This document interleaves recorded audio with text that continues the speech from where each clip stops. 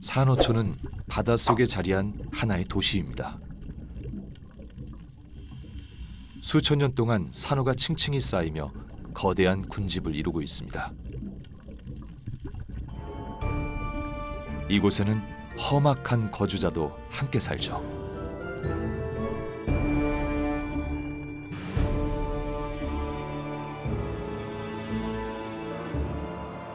이 거주자는 늘 혼자 있는 걸 선호하는 개인주의자입니다. 온종일 먹이를 기다리는 조개까지 수많은 종이 산호초의 가족을 이루고 있죠.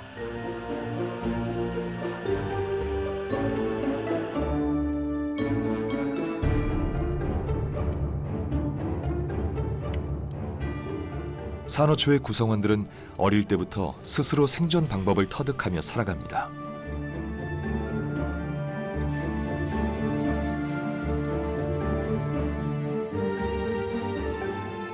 무리를 이루는 것은 천적으로부터 자신을 보호하려는 본능적인 방어 수단이죠.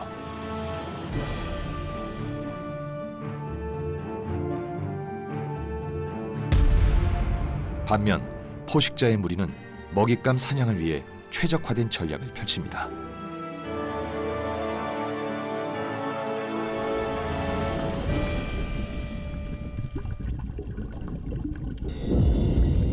바닷속의 정막을 먼저 깨우는 것은 황점전갱이 무리입니다. 평화롭게 쉬던 정어리들은 갑작스러운 소란에 우왕좌왕 어쩔 줄 모릅니다.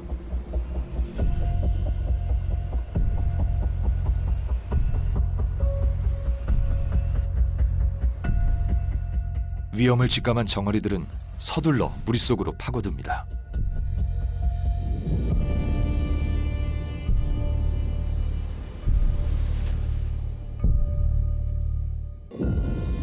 순식간에 거대한 구조물처럼 변모했습니다.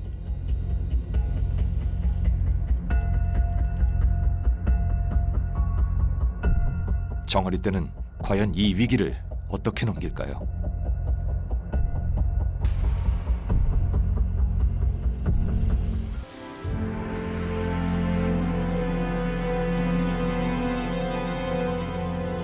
정어리의 피부와 혈액 속에는 예민한 교감신경이 존재합니다. 교감신경은 위협을 감지하는 동시에 안전한 방향을 알려주는 역할을 하죠.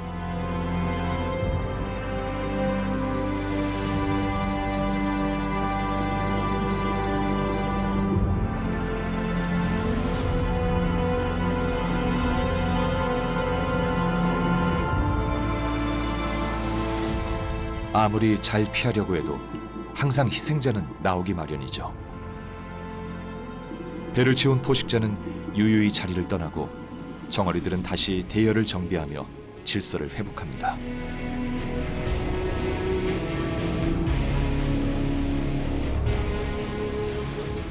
오늘도 몇 마리의 일행이 먹이로 사라졌지만 전혀 표가 나지 않습니다.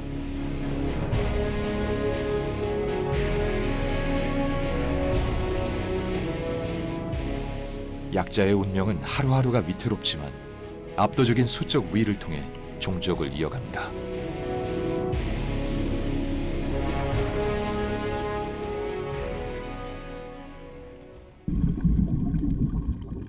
바다 생물들은 저마다 살아남는 노하우를 가지고 있습니다.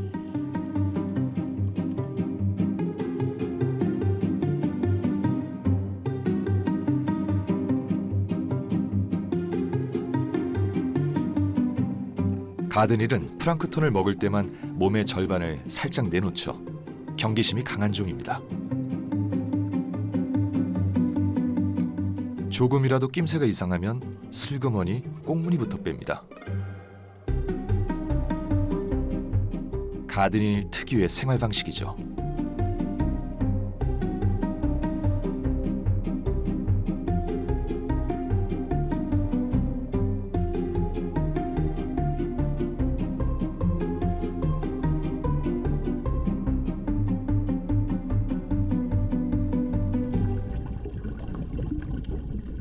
매처럼 좋은 시력을 가졌다는 얼룩매 가오리의 정찰 비행입니다.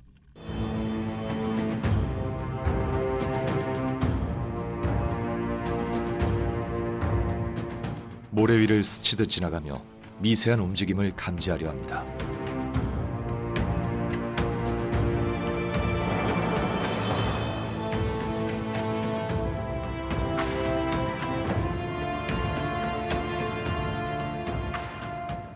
얼룩매 가오리가 찾는 것은 무엇일까요?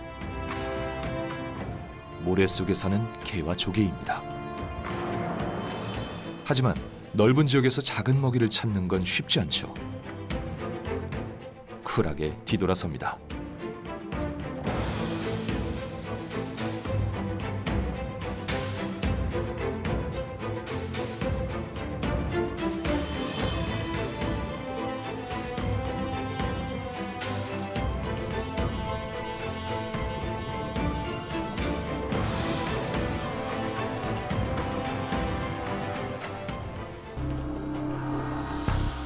집요한 사냥꾼인 바다뱀 역시 산호초의 거주자입니다.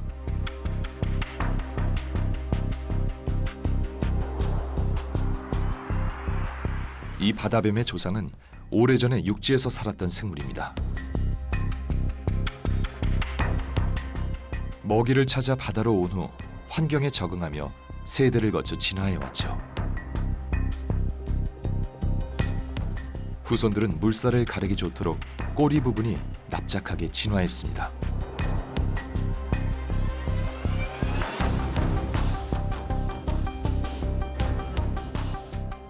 바다뱀은 수면에서 숨을 들이마신 후 긴 폐에 공기를 저장해 한두 시간은 숨을 참고 버틸 수 있죠.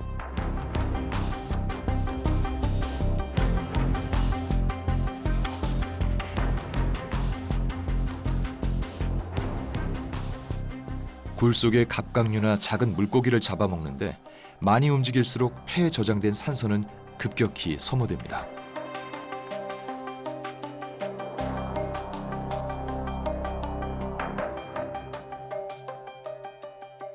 그래서 하루에도 몇 번씩 수면을 오르내리며 호흡을 해야만 되죠.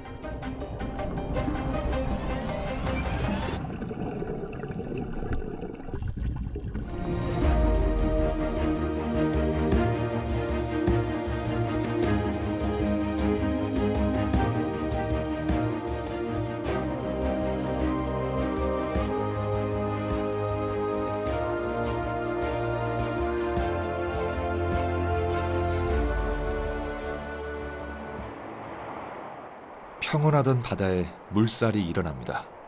조석 현상.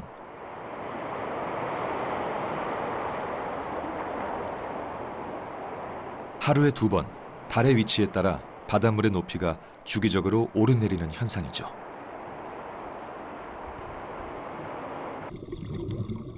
물이 빠지고 들어올 때마다 바닷속에는 거센 소용돌이가 일어납니다.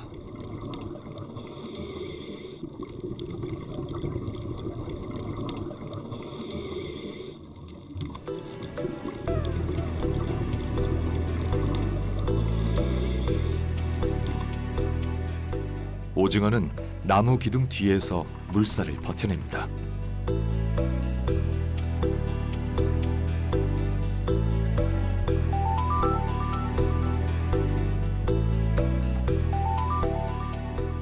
날리는 모래 때문에 바닥에서 생활하는 종은 곤욕이죠.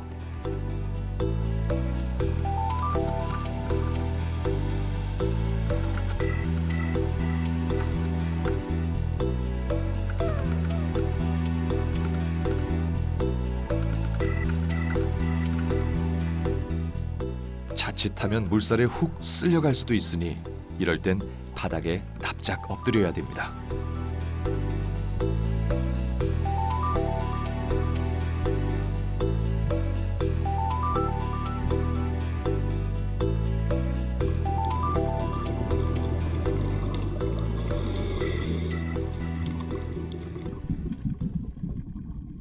태평양에는 약 600여 종의 산호가 서식합니다.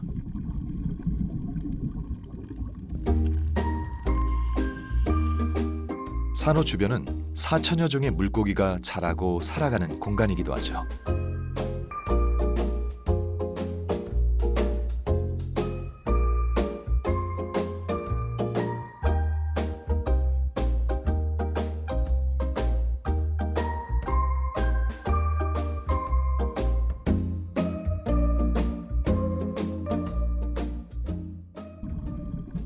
라이언 피쉬입니다. 사냥꾼치고는 지느러미가 과도하게 치장됐죠.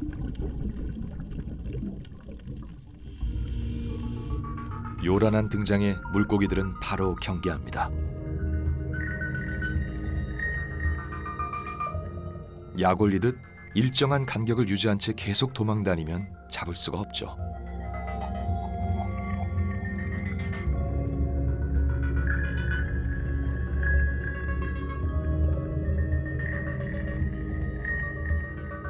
결국 사냥을 포기합니다.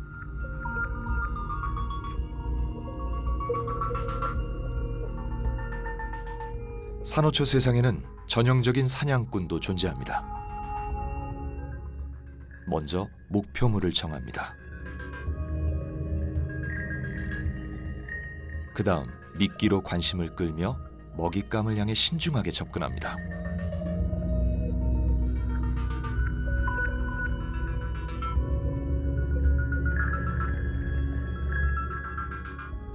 어떤 먹이를 노리고 있을까요?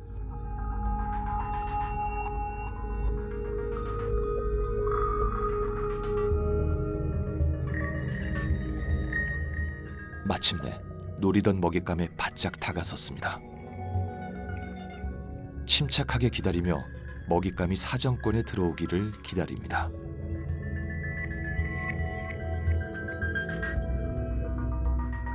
그러다 한순간 성공합니다. 몸집은 작지만 뛰어난 사냥꾼이죠.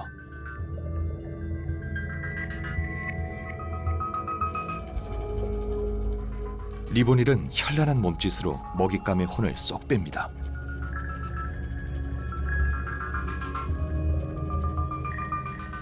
가는 길을 막고 정신을 쏙 뺀 다음 가까이 오면 한숨에 잡습니다.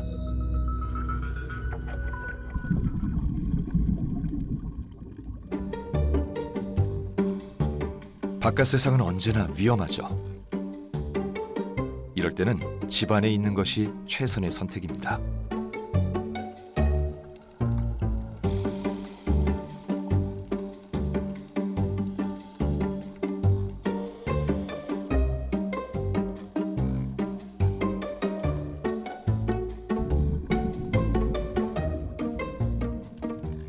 이 녀석은 워낙 경계심이 강해 좀처럼 굴 밖으로 모습을 드러내지 않습니다. 레이더처럼 생긴 눈으로 앞의 실체를 탐색하느라 분주합니다.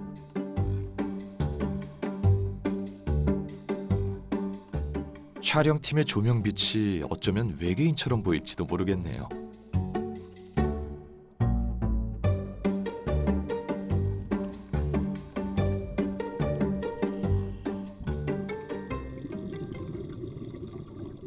산호초 세상에서 살아남으려면 천적들 눈에 절대 띄지 않아야 합니다.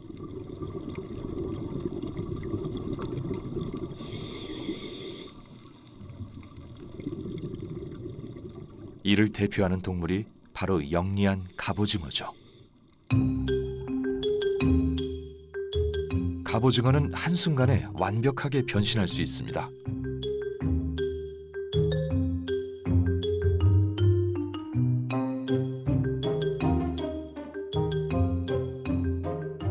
특수한 피부 근육으로 결절이라 불리는 돌기를 만들어 주변 환경에 완벽히 적응합니다.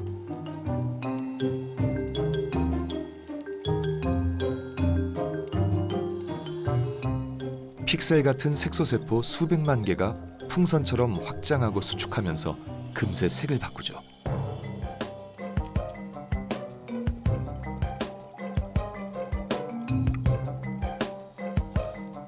이러한 위장은 방어에 충분하지만 만약 통하지 않으면 즉시 다른 장소로 이동합니다.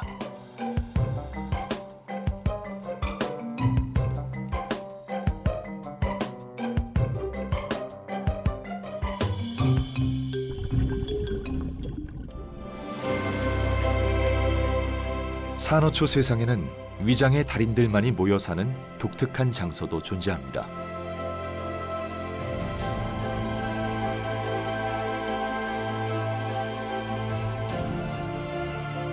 바닷물이 좁은 섬 사이를 통과하는 인도네시아 렘버 해협은 물살이 강하기로 유명합니다.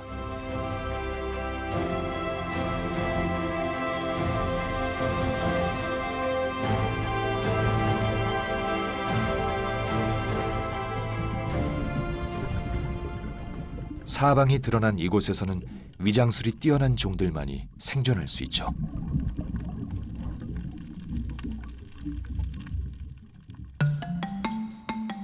외출 나갔던 문어가 돌아왔습니다.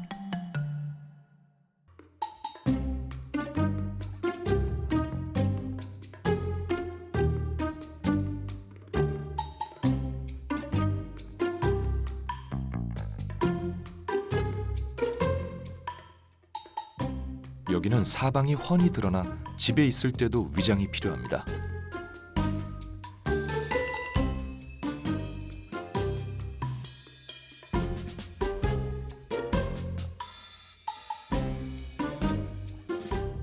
외출할 때는 집을 통째로 들고 다니는 문어도 있죠. 그런데 이건 체력 부담이 크겠죠.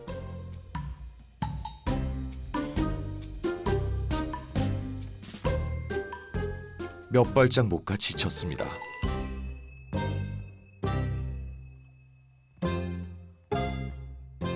다시 힘을 내서 출발.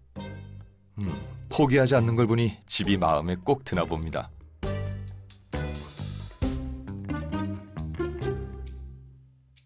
여기서부터는 내리막길. 문어한테는 쉽게 가는 방법이 있습니다.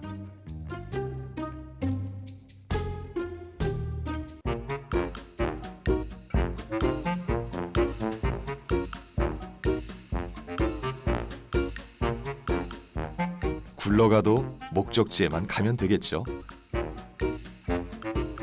한참 걸어야 할 길을 단숨에 왔습니다. 발걸음이 한결 가볍습니다.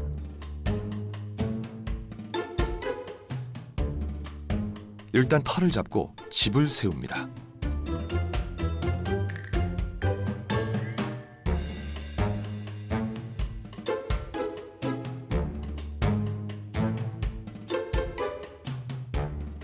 그런데 주변의 해조류가 자꾸 몸에 걸립니다.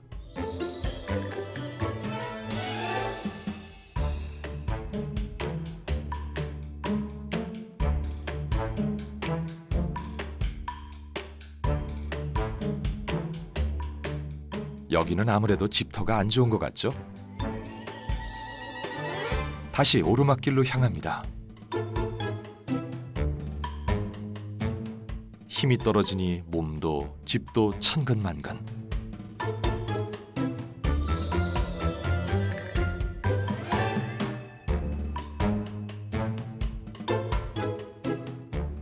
여기는 어떨까 집을 세워보는데 이번에는 바닥이 고르지 않습니다.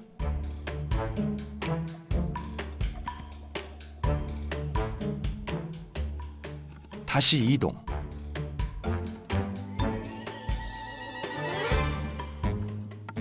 드디어 마음에 드는 집터를 찾았습니다.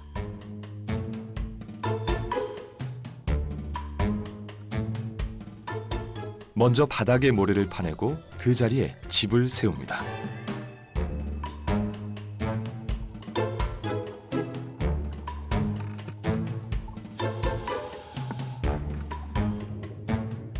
아늑한 집이 뚝딱 완성되었습니다.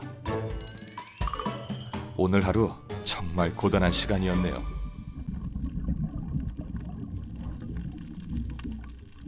사방이 모래밭인 이곳에는 어떤 생물이 숨어 있을까요?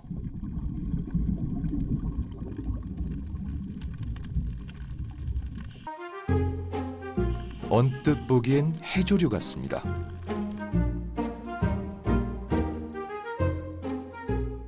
자세히 보면 눈도 초롱초롱 빛나고 귀여운 종이죠.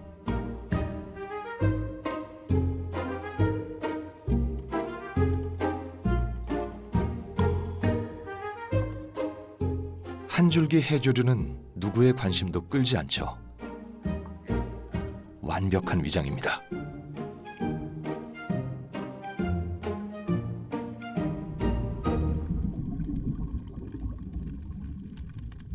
바닥이 온통 팔의 군락지인 이곳에도 생명은 존재합니다.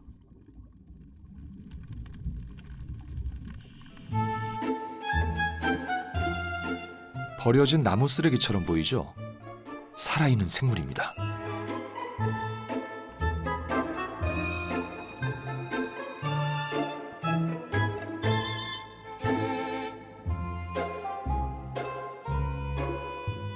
온통 초록색 환경에서 전혀 예상하지 못했던 기발한 위장술입니다.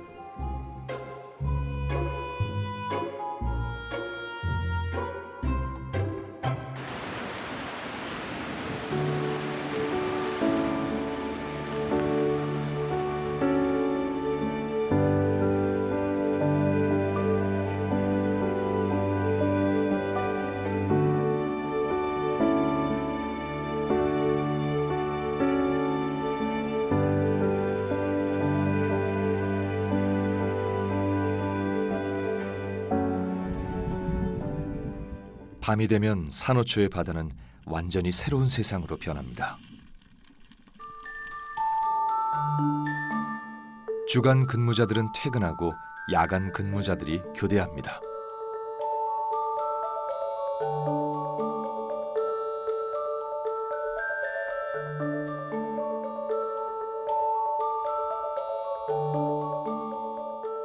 야행성인 새우떼는 수면 근처의 식물 플랑크톤을 경쟁적으로 먹습니다.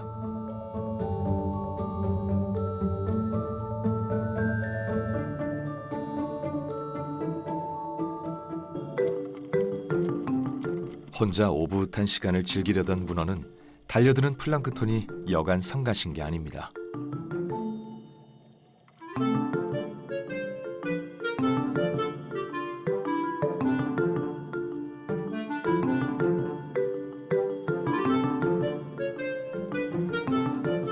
피부가 얇은 문어는 이물질이 닿는 걸 아주 싫어하죠. 이런 상황에서 문어는 어떻게 해야 할까요?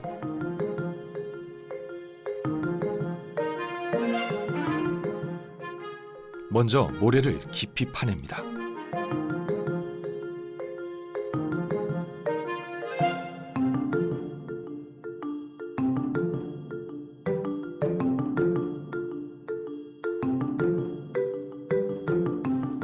그리고 집을 비스듬하게 눕힌 후 대문을 닫습니다.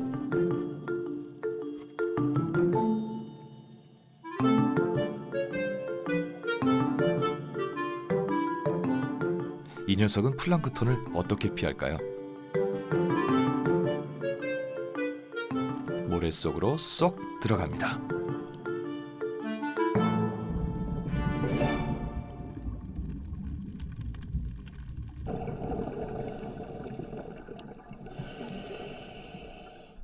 이 어린 문어는 플랑크톤을 피해 집으로 주랭랑을 칩니다.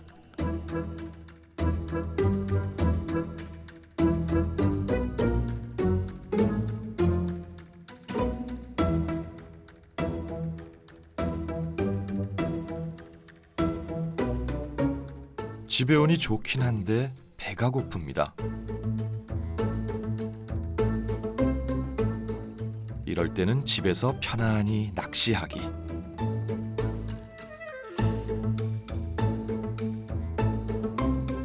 길게 뻗은 다리로 낚시를 시도하는데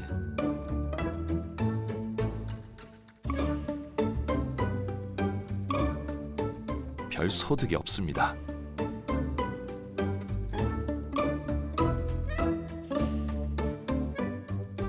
오늘 밤엔 배를 채우기 힘들겠네요.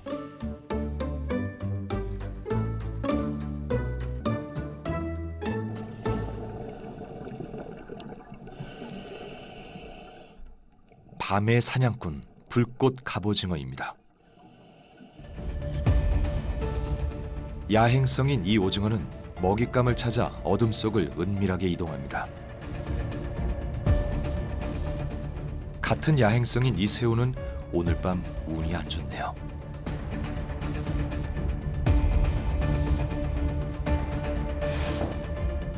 불꽃 갑오징어는 먹잇감이 사정권 안에 들어오면 사냥을 100% 성공합니다.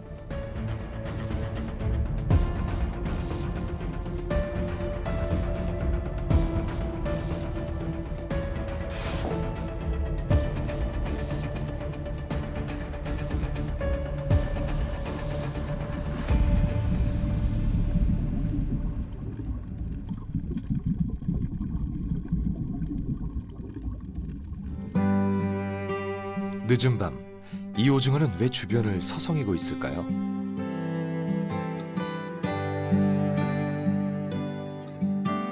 좀 전에 낳은 알들이 모래 속 안반에 잘 붙었는지 꼼꼼하게 확인합니다.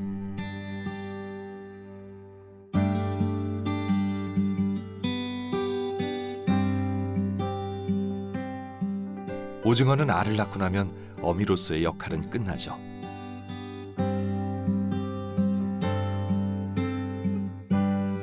하지만 이 어미는 알 옆을 바로 떠나질 못합니다.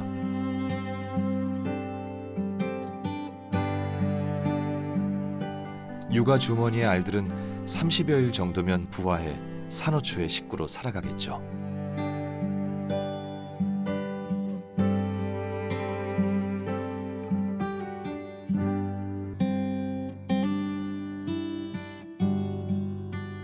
한참 동안 알 주변을 서성이던 어미는 마침내 어두운 바닷속으로 떠납니다.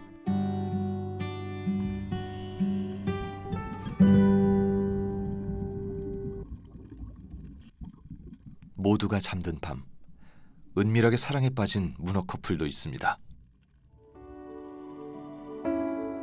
문어는 사랑을 어떻게 나눌까요? 문어의 사랑법은 특이하게 수컷의 다리를 이용합니다.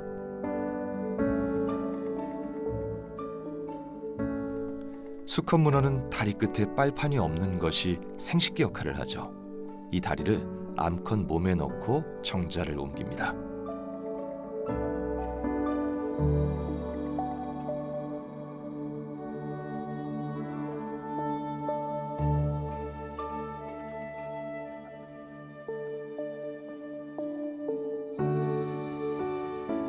문어의 사랑은 1시간이 넘도록 계속 이어집니다.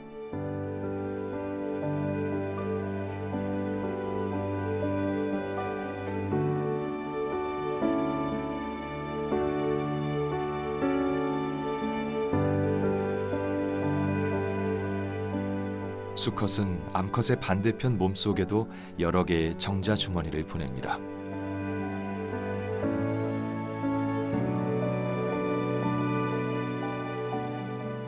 수컷은 태어나 단 한 번의 짝짓기를 하면 대부분 생을 마치죠. 암컷 역시 한 번의 산란 후 알들이 부화하면 죽습니다.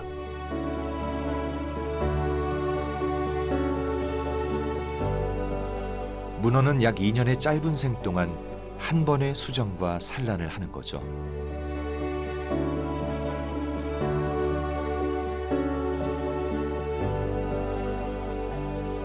암컷 몸속에 있는 10만여 개의 알을 모두 수정시키는 사랑은 2시간이 되어서 끝이 납니다.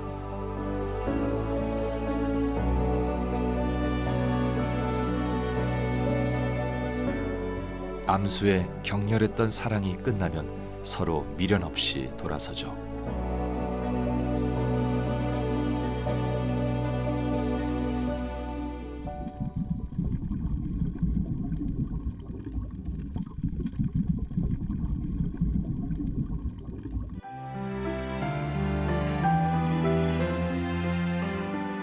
날이 밝자 어선들이 바다로 나왔습니다.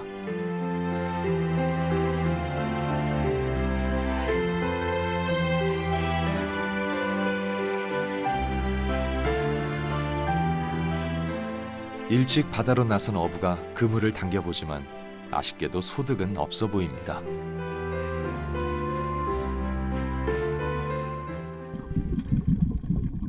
그 시간 바닷속 대왕 쥐가오리는 먹이를 찾아 먼 바다로 향합니다.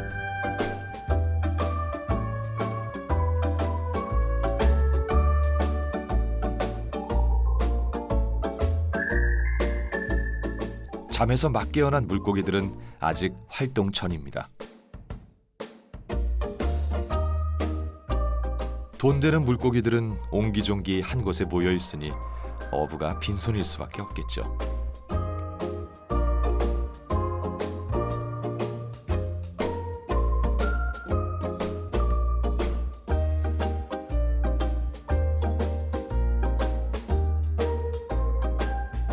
물고기들은 한참을 더 지나서야 활동을 시작합니다.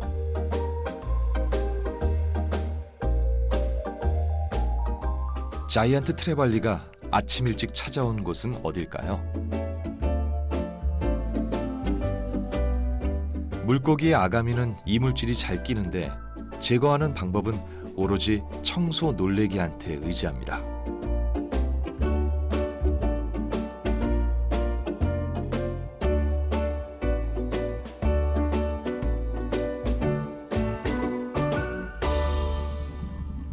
바닷속 물고기 중에는 어렸을 때랑 완전히 다른 모습도 있습니다. 대표적인 종이 바로 입술이 매력적인 할리퀸 스위트립스죠.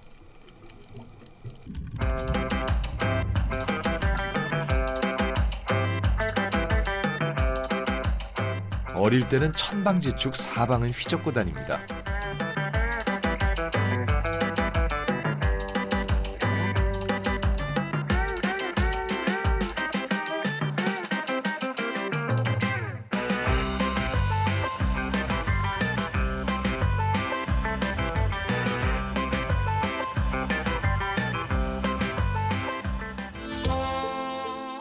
유아기를 벗어나면 조금 온순해 보이지만 몸은 여전히 정신없이 흔들죠.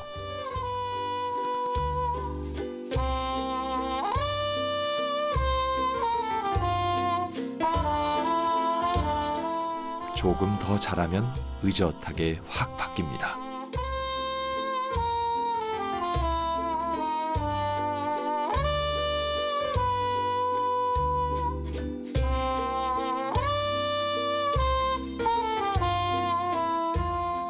그리고 어른이 되면 몰라볼 정도로 점잖게 변하죠. 성장기가 아주 독특한 종입니다.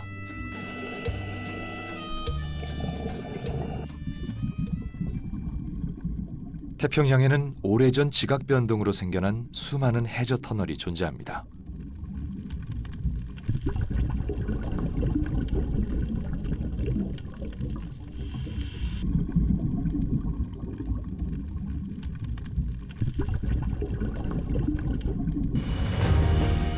터널에 비어있는 공간은 어린 물고기들의 육아 장소가 되고 있죠.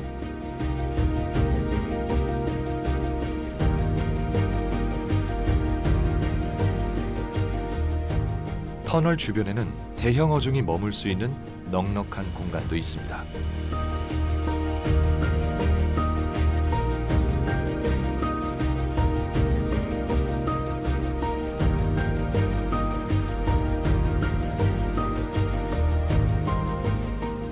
터널 속 큰 산호가 자리한 곳은 물살에 실려 많은 플랑크톤이 통과하는 지역입니다. 이곳엔 알아채기 힘든 작은 생물들이 은밀하게 숨어 살죠.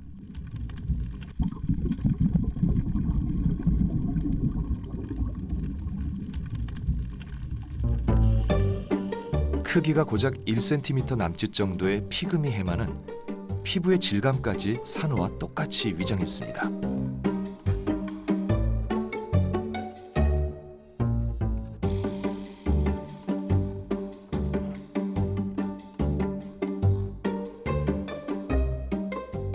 피그미 해마는 물살에 밀려 산호에 붙은 플랑크톤을 먹는데 평생을 한 장소에서만 삽니다.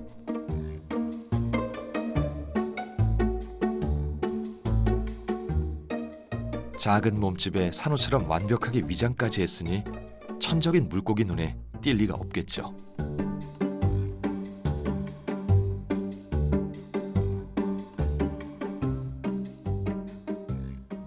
산호초 세상에 약하고 작은 생물일수록 살아남기 위해 끊임없이 진화해 갑니다.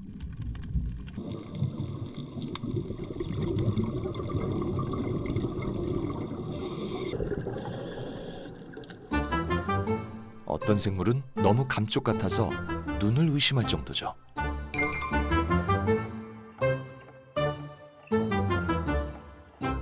새우의 움직임이 없다면 찾을 수 없을 만큼 완벽한 위장입니다.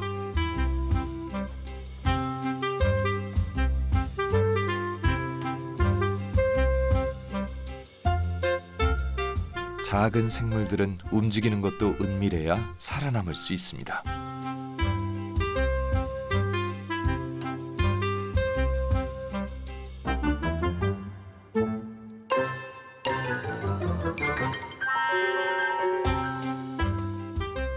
이곳에도 교묘하게 숨어 사는 생물이 있죠. 몸이 투명한 새우는 상대적으로 색이 진한 곳에 거주합니다. 비록 작지만 살아가는 지혜는 모두 가지고 있죠.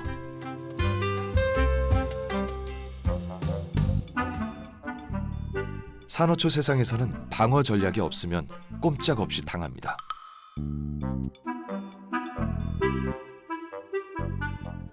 불가사리 다리를 싹둑 잘라놓은 범인은 누구일까요?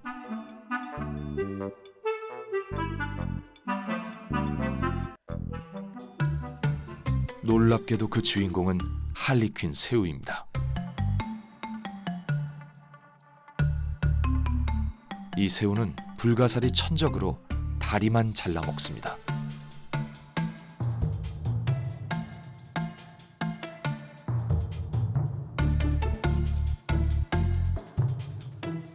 불가사리 다리 하나를 잘라내면 할리퀸 새우 커플은 열흘 넘게 먹을 수 있죠.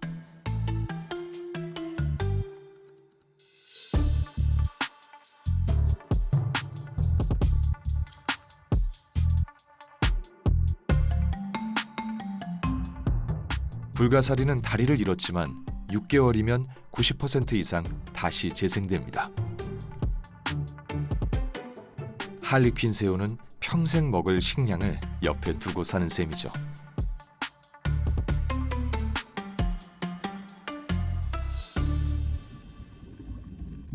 바닷속에는 어디를 가든지 은밀하게 지켜보는 포식자가 있습니다. 살아남으려면 이런 성게를 활용하는 지혜도 필요하죠. 성게를 등에 지고 다니는 개입니다. 특이하게 생긴 다리로 성게 가시를 꽉 잡고 가고 싶은 곳은 어디든지 다 가죠. 급할 땐 달리는 것도 문제 없습니다. 하지만 볼모로 잡힌 성게는 꼼짝할 수가 없죠.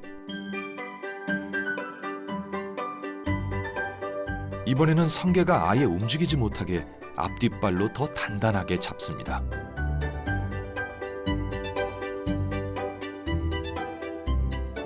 염치 없지만 문어 같은 천적을 피하려면 이런 방법도 필요하죠.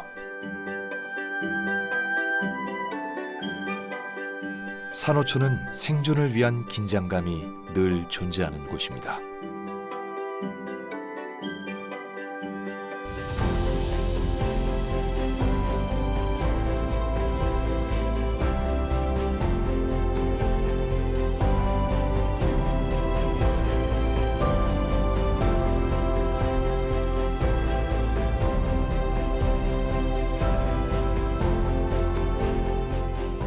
태평양에서 산호초가 형성된 구역은 1%가 안 되지만 해양생물 대부분이 살아가는 장소입니다.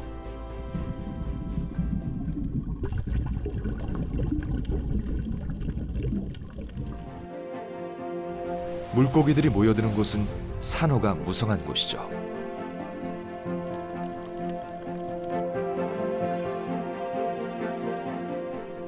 살기 좋은 곳은 붐비지만 폐허가 된 곳은 썰렁합니다. 인간 세상과 다르지 않죠.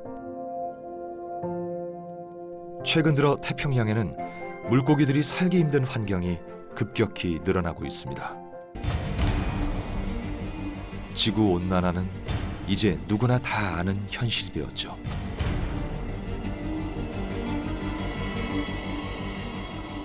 태양 에너지는 연일 바닷물을 데우고 그 영향은 바닷속 깊은 곳까지 전달됩니다.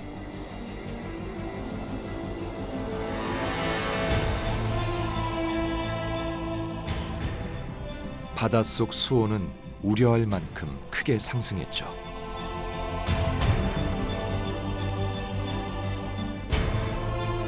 이런 수온에서는 바닷속 생물 대다수가 스트레스를 받습니다. 특히 산호는 그 영향이 더 심각합니다.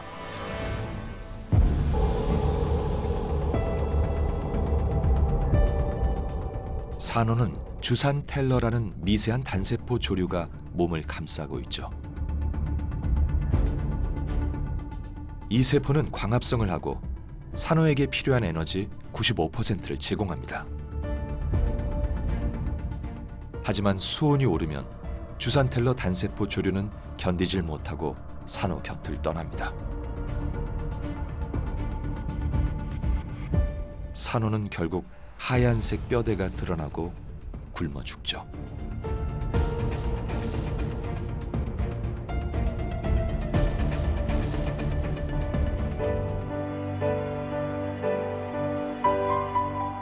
태평양에서는 지난 30여 년간 산호 절반 이상이 파괴되었습니다.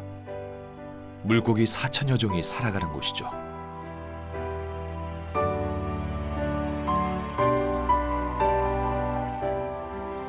태평양의 산호가 이대로 사라진다면 인류는 거대한 재앙의 파도에 휩쓸릴 것입니다.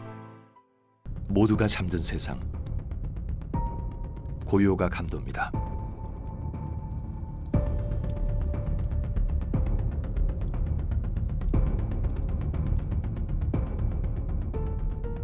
물고기는 산호 틈에 몸을 감추고 불편한 쪽잠을 청하죠.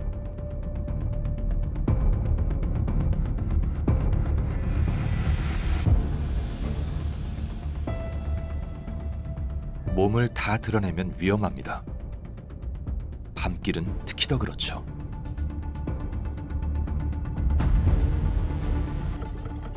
왕털 개찌렁이한테 잡힌 쥐치는 꼼짝 못하고 사라집니다.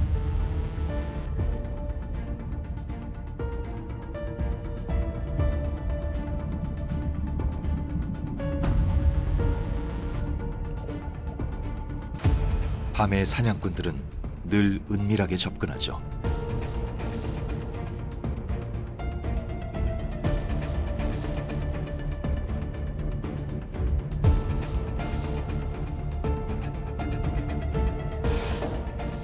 자다가 날벼락입니다.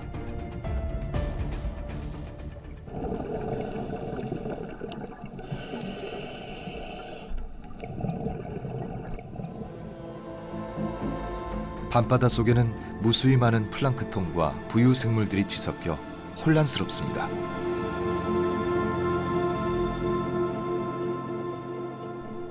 심해에 있던 동물 플랑크톤은 밤이면 수면 근처로 올라와 식물 플랑크톤을 먹습니다. 이때를 기다린 부유 생물들은 동물 플랑크톤을 먹으며 배를 채우죠.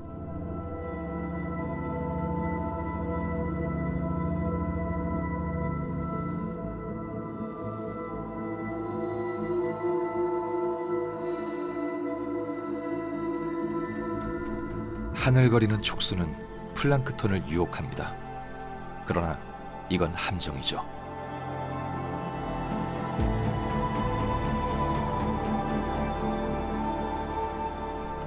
스치는 순간 독침에 마비돼 먹이가 되고 맙니다.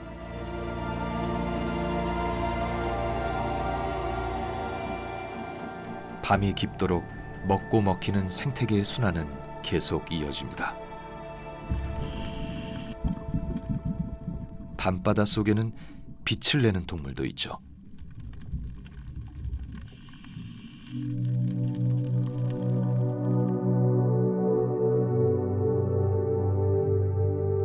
자외선 조명을 비추면 일부 산호는 형광색으로 자신의 존재를 드러냅니다. 이 환상적인 빛은 무엇일까요?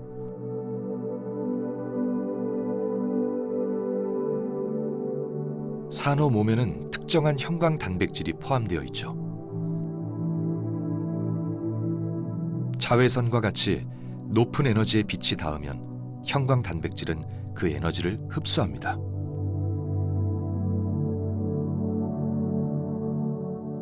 그리고 낮은 에너지의 빛을 다시 방출하면서 보이는 현상이죠.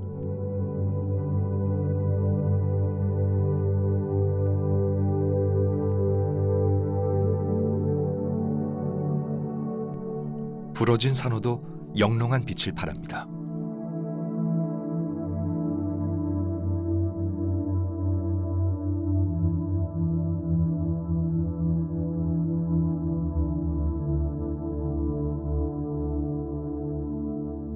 어둠 속에서 드러난 산호의 신비한 빛은 바다가 숨긴 찬란한 보석입니다.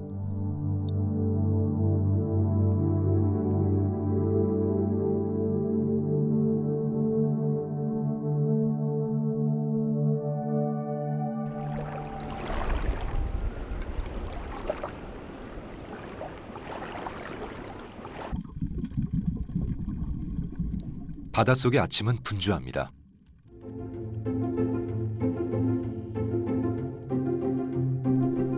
물고기들의 먹이는 해류에 실려온 플랑크톤이죠.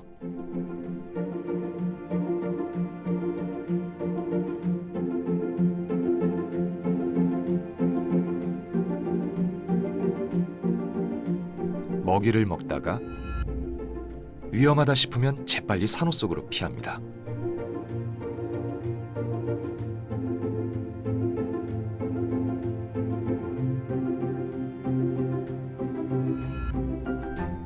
산호초 주변은 정착한 물고기와 잠시 왔다 가는 종들이 뒤섞여 인간들의 도시만큼이나 혼잡하죠.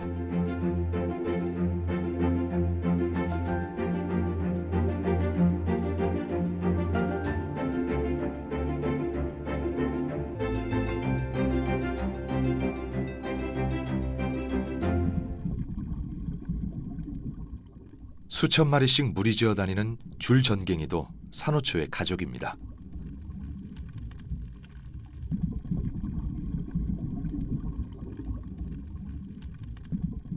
이 많은 수가 움직이면 주변은 순식간에 혼잡해집니다. 산호초 옆에서 조용히 쉬던 거북이는 얼른 자리를 피합니다.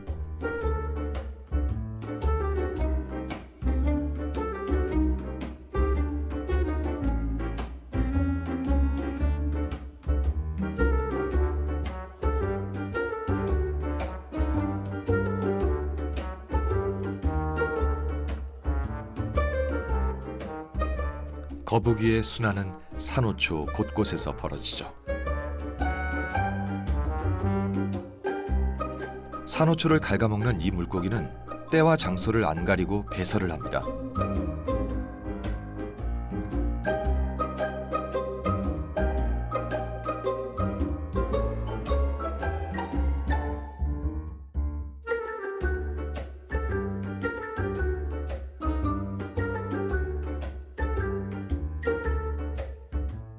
이 거북이는 피할 틈도 없이 똥벼락을 맞았네요.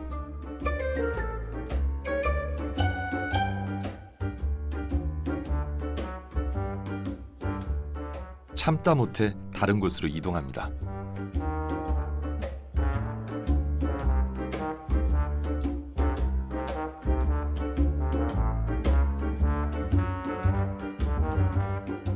멀리서 지켜보던 이 거북이는 안 되겠다 싶었는지 서둘러 안전한 장소로 피합니다.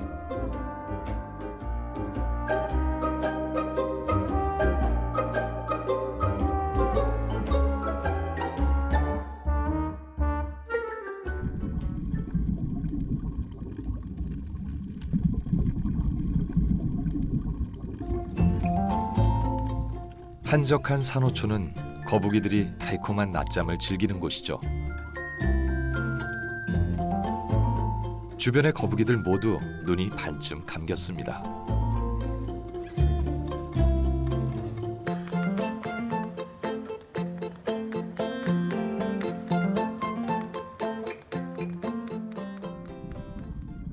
느긋하게 먹이를 찾는 거북이도 있네요.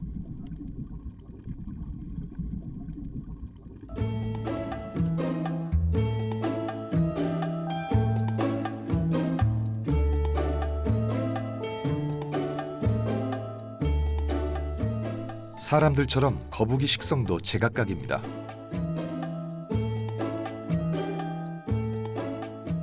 좋아하는 먹이는 죽은 산호에서 자라는 조류.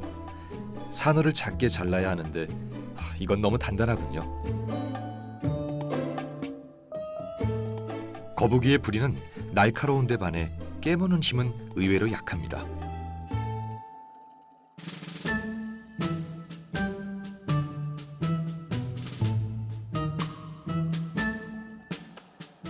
바로 포기.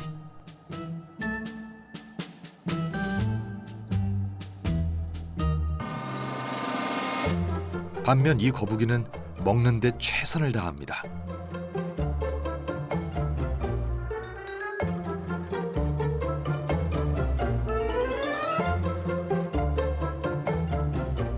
까치발을 들고 좁은 틈으로 들어가려 안간힘을 씁니다.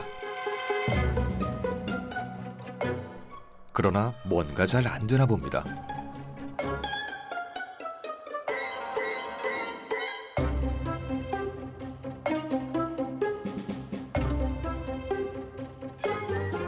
다시 한번 도전.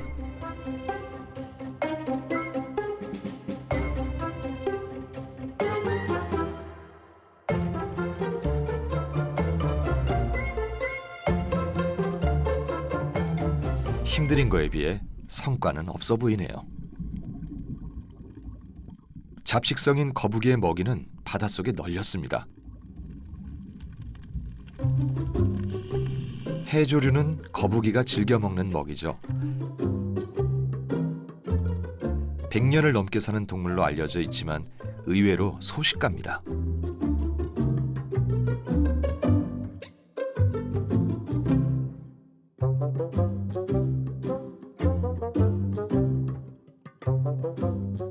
거북이가 활동하면서 숨을 참을 수 있는 시간은 2시간 남짓.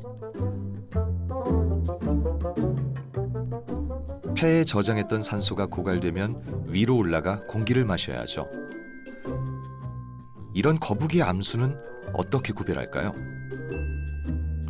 꼬리처럼 생식기가 길게 나와 있는 것은 수컷. 몸이 매끈한 체형이 암컷입니다.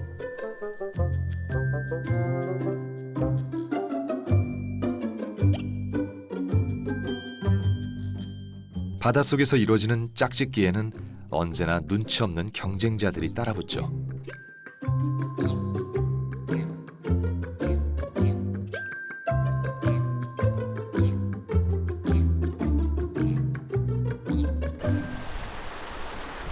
거북이 중에는 산란기 때 태평양을 횡단하는 종도 있습니다.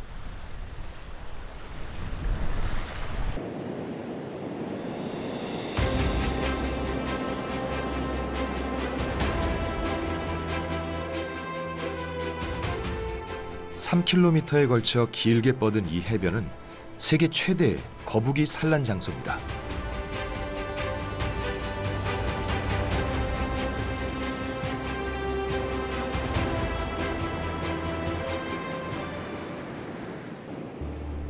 해마다 8월에서 10월 금음달 무렵이면 해안가는 거북이들로 북적거리죠.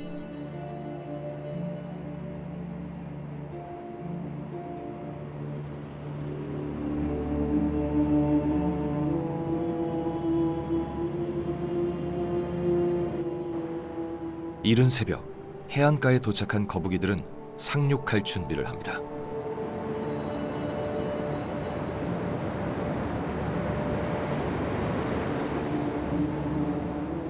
해변엔 먼저 도착한 선발대가 쭉 늘어섰습니다.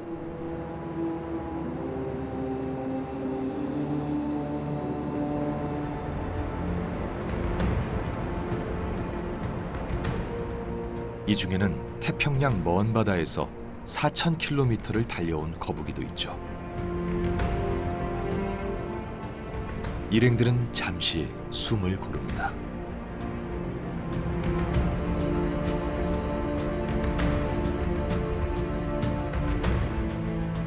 이 거북이는 길이 70cm, 무게 50kg 정도의 올리브 리들리 거북이입니다.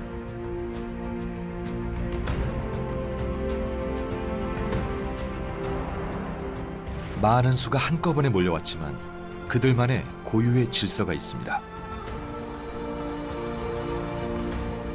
일정한 거리를 유지하며 파도가 닿지 않는 높은 곳으로 향합니다.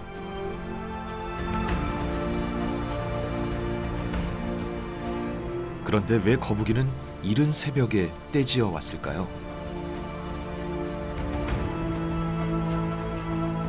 거북이는 천적을 피해 밤이나 새벽에 알을 낳습니다.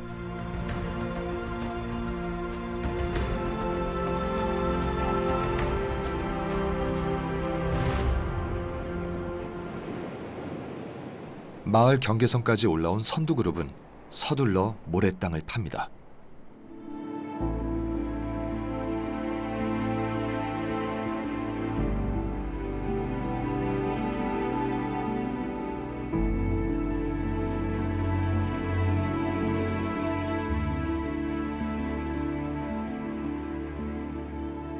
뒷지느러미로 30cm 깊이의 구덩이를 파는데 먼 길 오느라 체력은 고갈되어 모두가 기진맥진한 상태죠.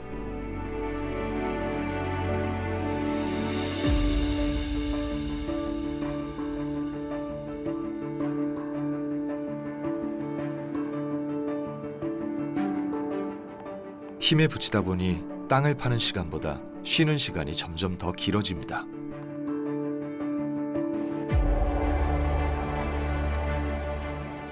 산란 기간에 5만여 마리의 올리브 리들리 거북이가 이곳에 알을 낳습니다.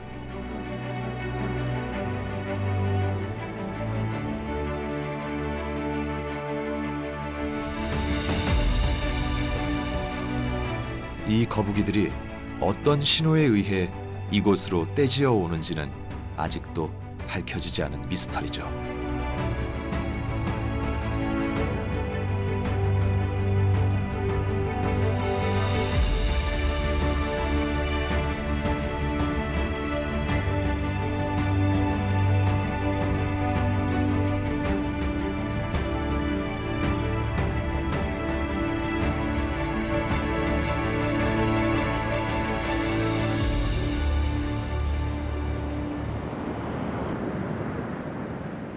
날이 밝자 독수리들이 사방에 나타납니다.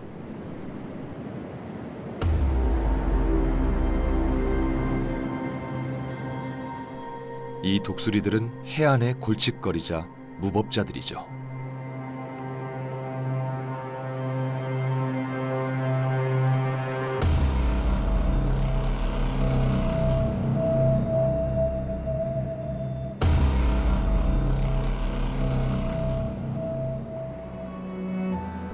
거북이들의 땅 파기는 체력이 거의 소진될 때쯤 끝나갑니다.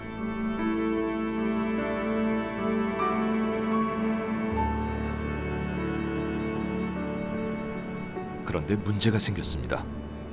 땅을 파면서 다른 거북이가 먼저 낳은 알까지 파헤쳐졌습니다.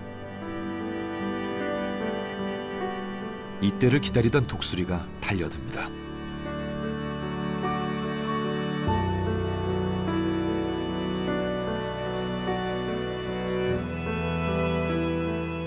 밖으로 드러난 알은 모두 독수리의 차지가 되죠.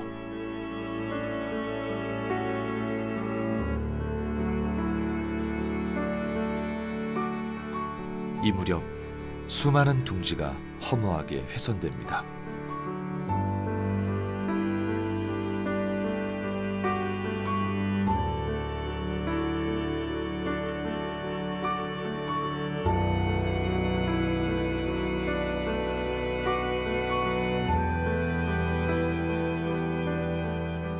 드디어 산란의 진통이 시작되었습니다.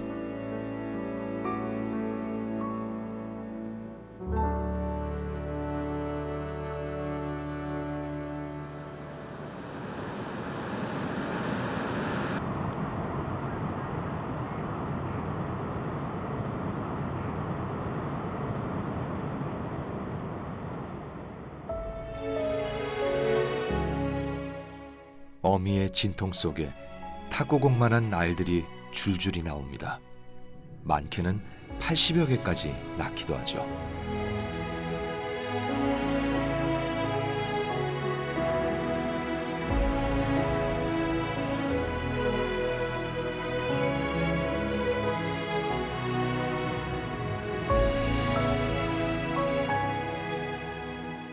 이 알들은 모래 속 온도에 따라 암수가 결정됩니다. 섭씨 27도 미만이면 수컷, 31도 이상에서 부화하면 모두 암컷이 되죠. 그런데 그 중간인 29도에서 부화하면 암수 비율은 거의 같아집니다.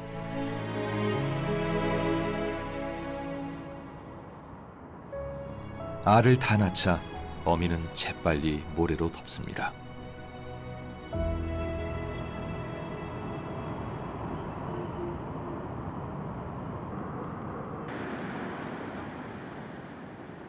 잠시도 쉴 틈 없이 어미는 알 낳은 흔적을 감추기 위해 체중을 실어 꾹꾹 눌러 다집니다.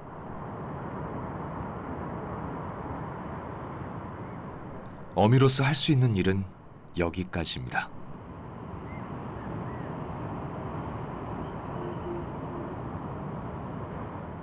바다로 돌아가는 길, 곳곳이 장애물입니다.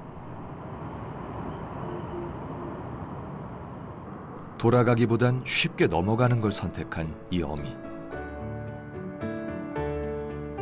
그런데 생각처럼 쉽지 않습니다. 배가 나무에 턱 걸려서 도저히 힘을 쓸 수가 없습니다.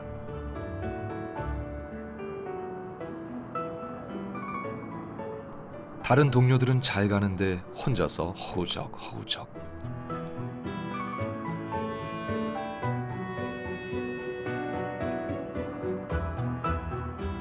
5분 넘게 씨름하다 간신히 성공합니다. 조금 돌아가면 될 일을 괜한 힘만 뺐네요. 바다로 가는 방향은 내리막길, 발걸음이 훨씬 가볍습니다.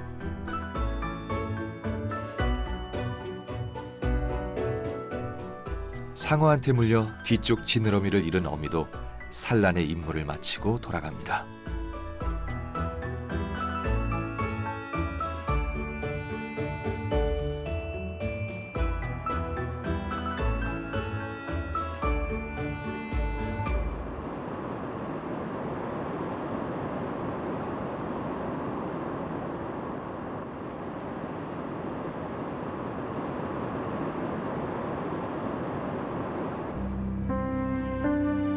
그러나 돌아가는 대열에 합류하지 못한 어미도 있습니다. 기나긴 여정에 지친 이 어미는 알 낳을 구덩이도 파지 못한 채 바닥에 그대로 나았습니다.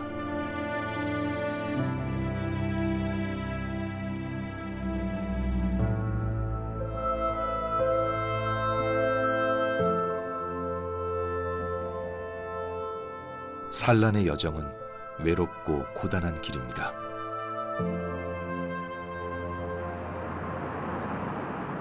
독수리가 우글대는 이곳은 예상하지 못했던 일들이 종종 일어나죠.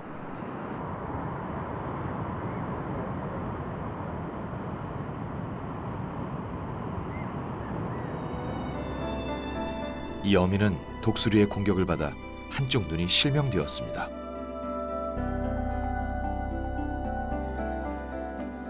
독수리는 상처난 눈을 집요하게 쪼아댑니다.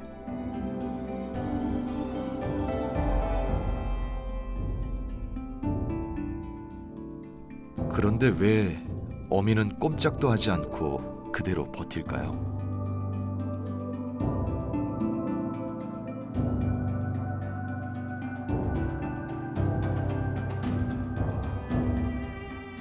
알을 낳는 중입니다.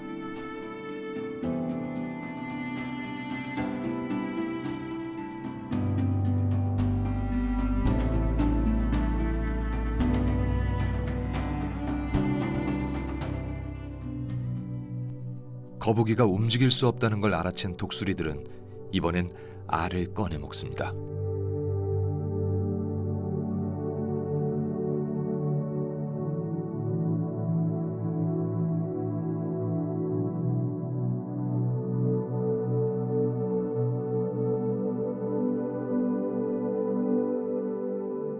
뭔가 잘못되고 있다는 걸 알았을까요?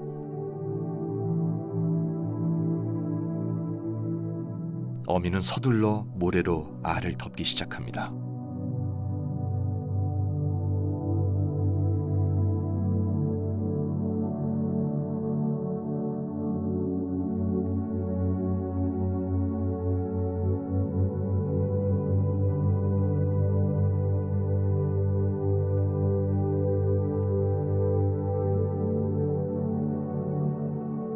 알이 모래에 덮이자 독수리들이 우왕좌왕합니다.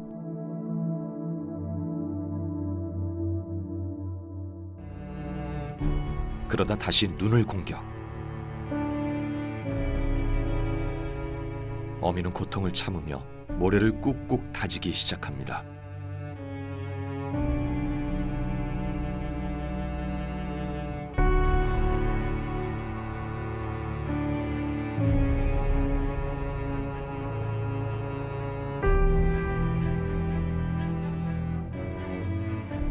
이번에는 독수리가 알을 파헤치지 못하도록 단단히 누릅니다.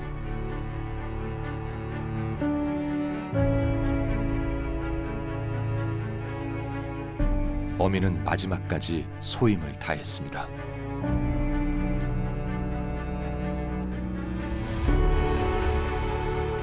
이제 바다로 돌아갈 시간.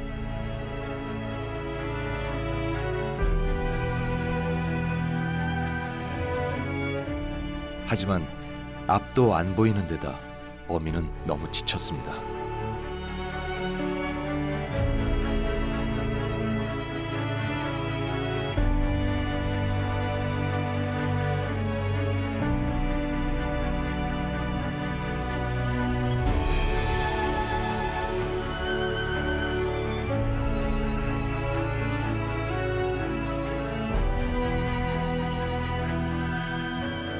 무작정 파도 소리가 들리는 쪽으로 향합니다. 죽음의 문턱에서도 본능은 끊임없이 삶을 향하고 있죠.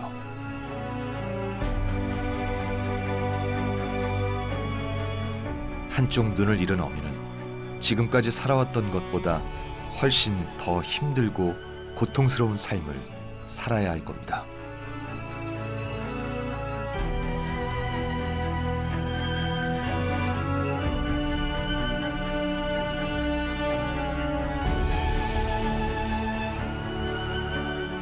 어미는 산란의 여정에서 낫지 않을 상처를 입은 채 돌아갑니다.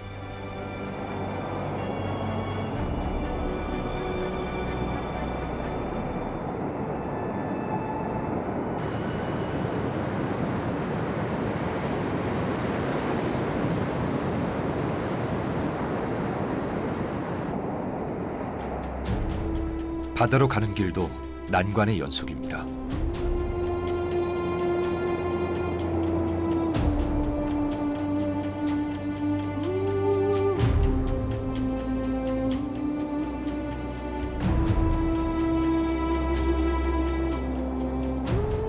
지친 어미들은 큰 파도에 힘없이 뒤집히며 멀리 휩쓸려 갑니다.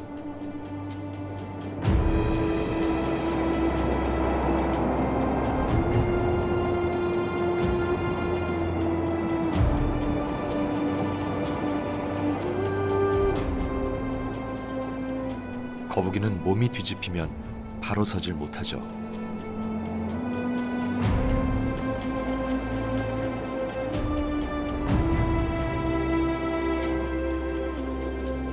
여기저기서 사람들의 도움으로 위기를 넘깁니다.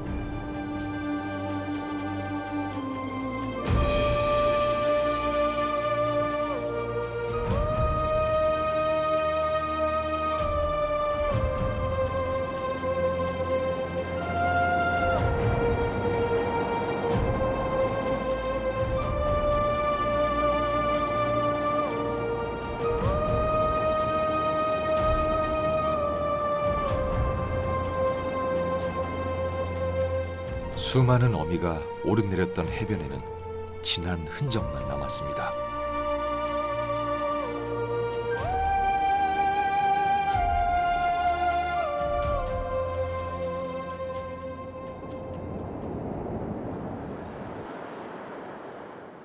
그러나 끝내 바다로 돌아가지 못한 어미도 있죠.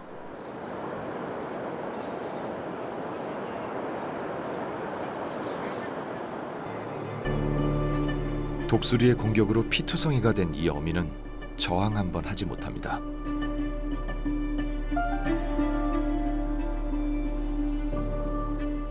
먼 길을 오느라 지치고 알을 낳으며 기력이 소진된 어미는 결국 독수리의 먹이로 허무하게 생을 마칩니다.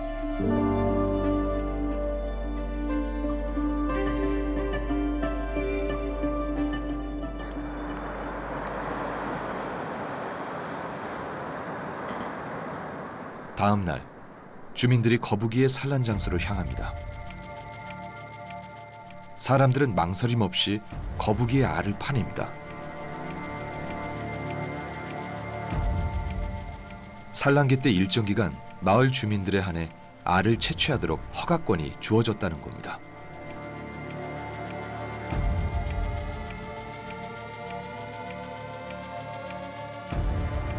거북이 알은 내일이면 사람들의 별미로 팔려나가겠죠.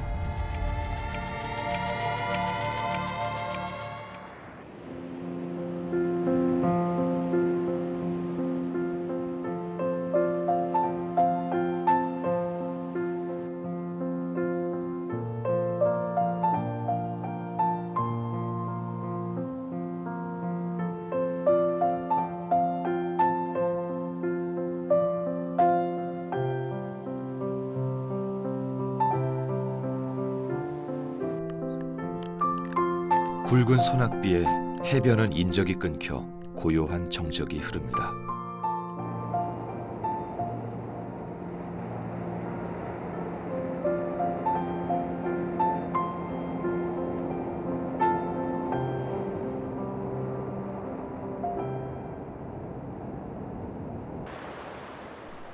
거세게 내린 폭우에 해변은 통째로 쓸려가고 그 속에 묻혀있던 거북이 알들도 모두 바다로 사라집니다.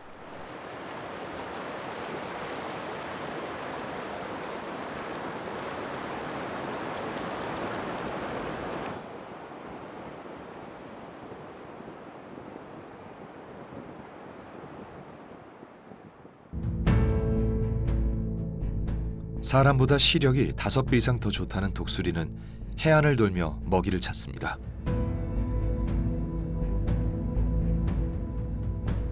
해변은 폭우와 파도에 쓸려온 알들이 터져 엉망이 되었습니다.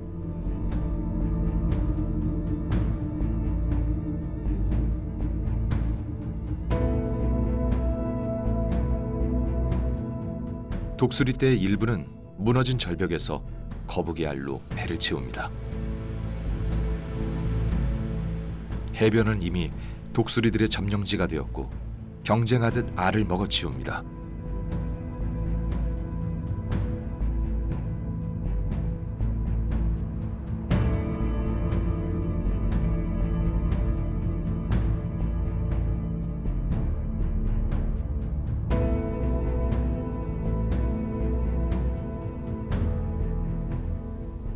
마을의 개도 거북이 둥지를 파헤치는 데 앞장섭니다.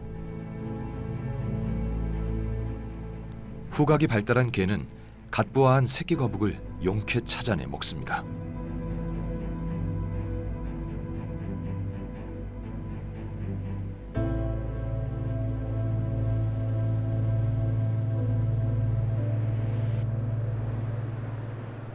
또한 급격한 기후 변화는 거북이 생태에 심각한 위협을 가하고 있습니다.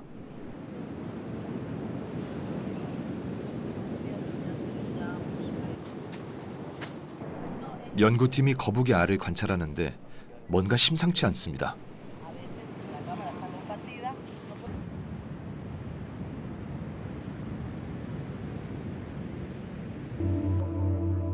부화 시기가 훨씬 지났는데 알들은 형체가 변하며 썩어가고 있습니다.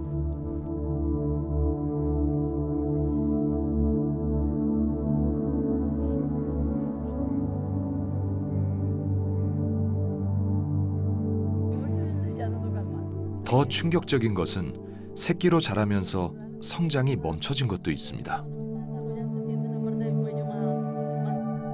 거북이 알들한테 무슨 일이 있었던 걸까요?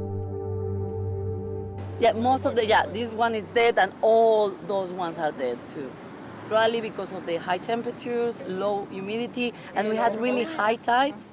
And if the eggs are under the water during a long period of time, they die because they cannot breathe. 생명을 잃은 알들은 독수리의 먹이로 뿌려집니다.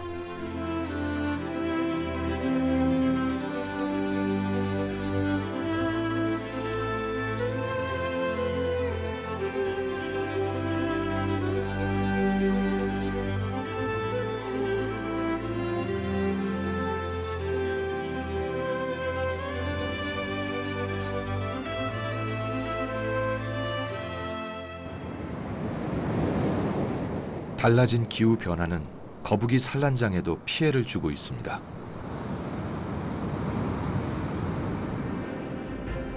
예전보다 더 강해진 파도는 연일 해변으로 몰아칩니다.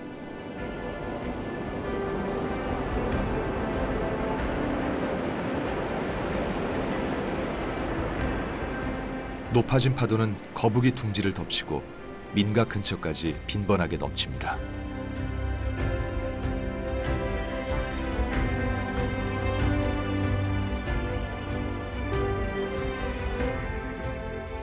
한낮의 모래 해변의 온도는 섭씨 40도를 훌쩍 넘기기도 하죠.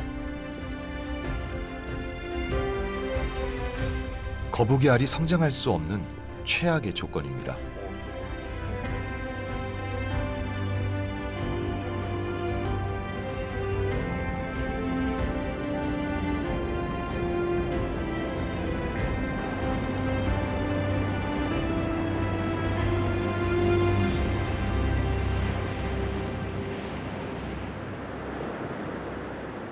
어둠이 내리면 해변의 주인이 바뀝니다.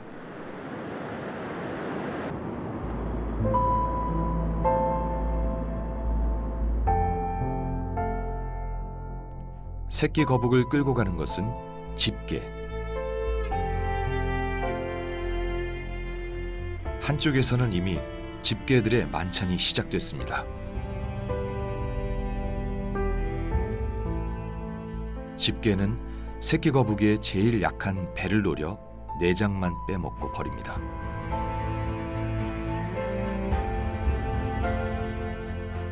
밤에 부화한 많은 새끼 거북이가 집게의 먹잇감이 되고 맙니다.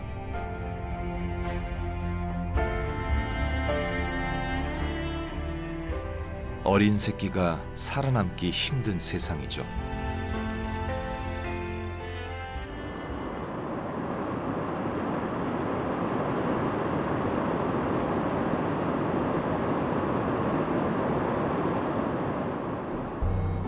열악한 환경 속에서도 기적처럼 새로운 생명이 탄생합니다. 꼬물꼬물 움직이는 새끼들은 본능적으로 둥지를 벗어나기 시작합니다.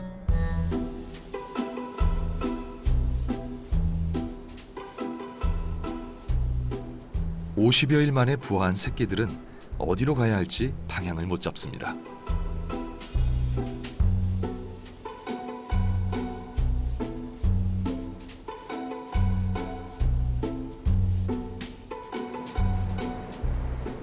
잠시 귀를 기울이던 새끼들은 파도 소리와 바다의 냄새를 본능적으로 알아차립니다.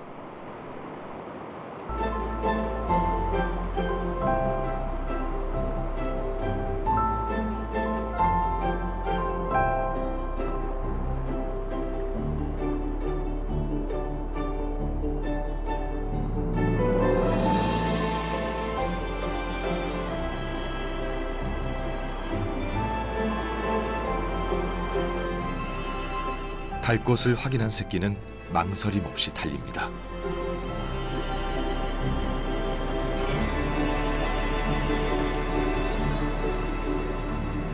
그리고 몸속에 새겨진 본능대로 파도에 몸을 맡기고 나갑니다.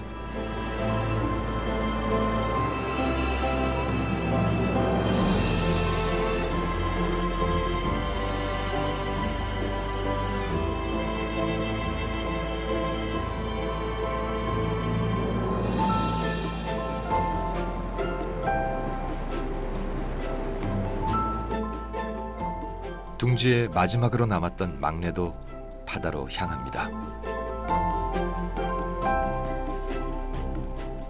같이 태어났지만 이제부터는 각자 홀로 서기를 해야 되죠.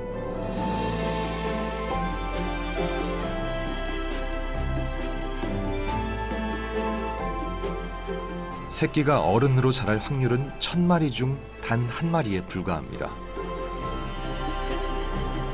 무사히 자란다면 15년 후 어미가 되어 이 해변을 찾아오겠죠.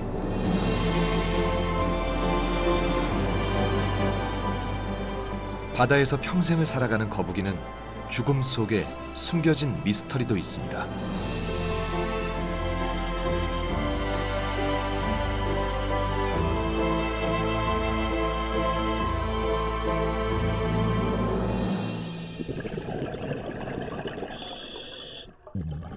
길이 50m의 수중동굴. 불빛 하나 없는 어두운 동굴 속에 잊힌 죽음이 있습니다.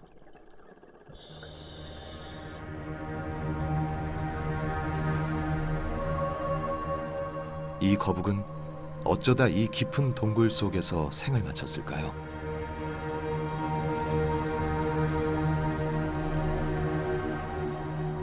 낮에 동굴로 들어왔다가 날이 어두워지자 입구를 못 찾고 질식사했을 것으로 추측하기도 합니다.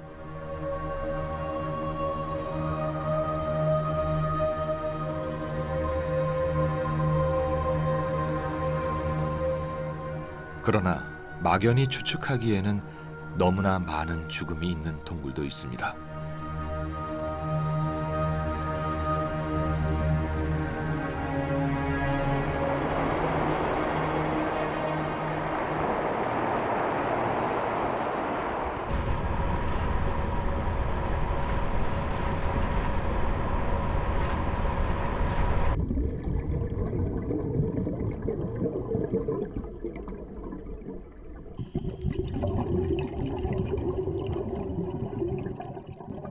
동굴 길이가 300m가 넘는 이곳은 수많은 거북이들의 죽음이 쌓여 있죠.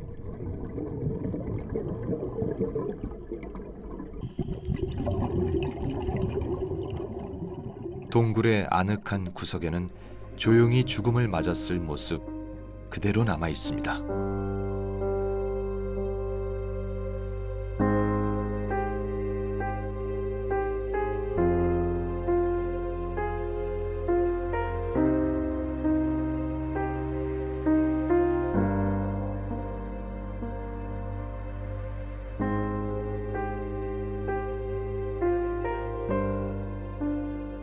어쩌면 늙거나 병든 거북이가 눈에 띄지 않는 동굴 속을 스스로 죽음의 장소로 선택했을지도 모릅니다.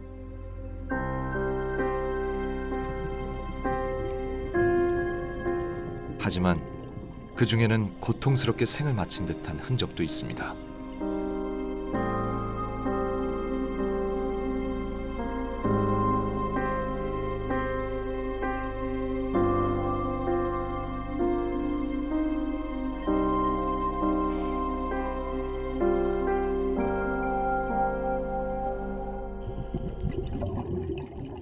동굴 안으로 더 깊이 들어갈수록 셀 수 없이 많은 죽음이 흩어져 있습니다.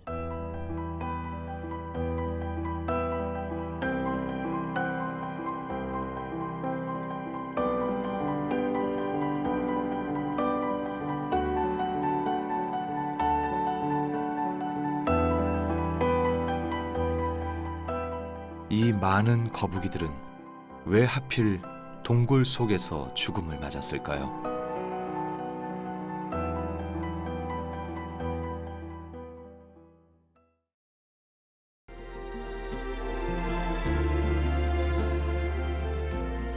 광활한 태평양은 지구 전체 바다 면적의 63%를 차지하는 대양입니다.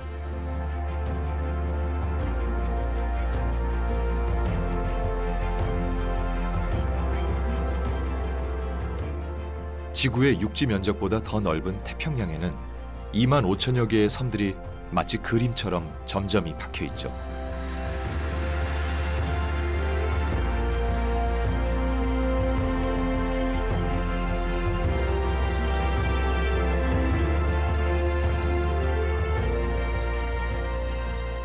섬을 중심으로 바닷속에는 물고기떼의 행렬이 끊이질 않습니다. 이들은 바다의 리듬에 맞춰 끊임없이 이어지는 여정을 펼치죠.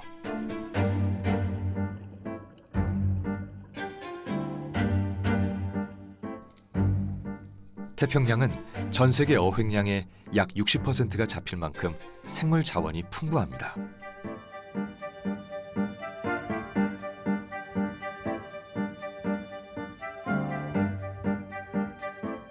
그렇다면 이 많은 물고기는 무엇을 먹고 살까요? 먹이 사슬에서 중요한 영양소 중 하나는 심해에서 올라오는 용승 해류에 있습니다.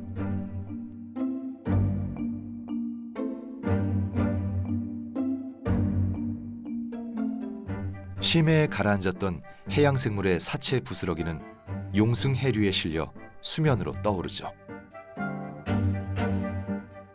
그중 인 성분은 식물 플랑크톤이 성장하는 데 아주 중요한 영양소가 됩니다.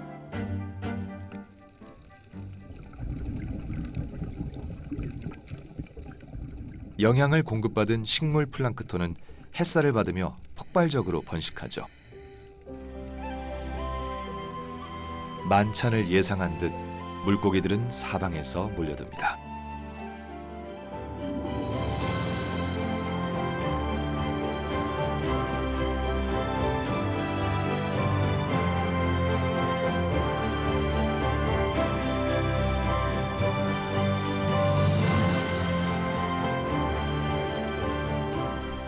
촘촘한 플랑크톤 덕에 물고기들은 모두 건강하고 살도 통통하게 올랐죠.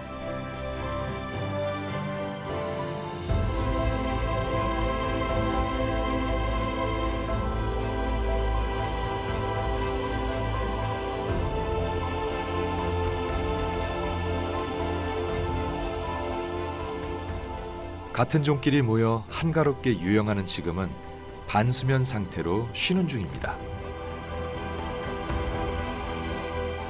하지만 사냥꾼들은 멀지 않은 곳에서 호시탐탐 기회를 노리고 있죠. 상어의 등장은 주변을 순식간에 긴장시킵니다. 움직임은 느긋하지만 바다 생태계의 절대적 지배자임을 보여줍니다. 먹는 자와 먹히는 자들 간의 눈치 싸움에 생존이 달려있죠.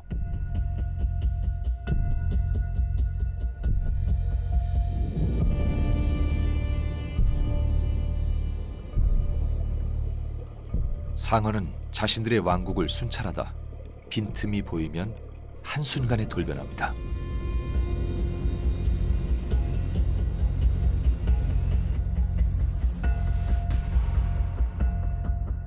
바닷속에는 하루에도 몇 번씩 쫓고 쫓기는 일이 끊임없이 반복되죠.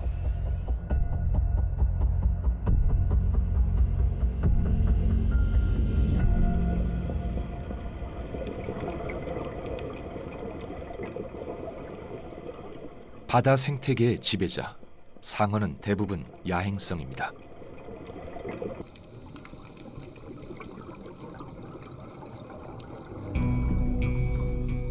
상어는 밤에는 사냥하고 낮에는 산호초 아래서 조용히 낮잠을 잡니다.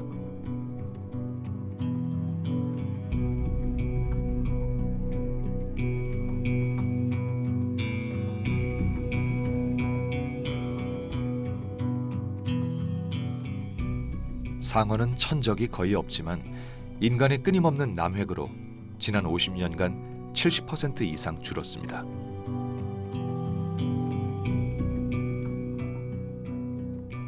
상어는 사람들 손에 우연히 잡히질 않죠.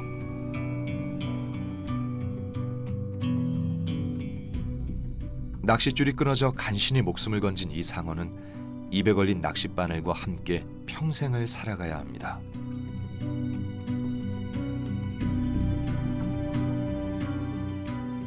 이런 상어의 운명은 어떻게 될까요?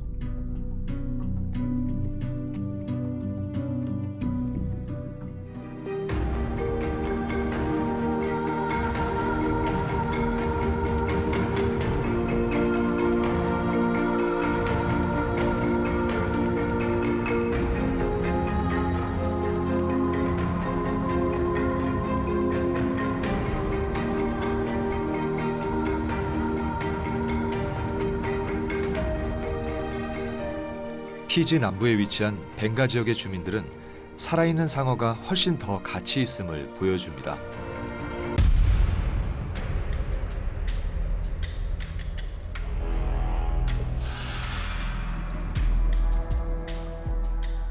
대형 상어가 우글거리는 이곳은 상어를 위해 해양 보호 구역으로 지정됐습니다. 덕분에 다른 물고기들도 보호받죠.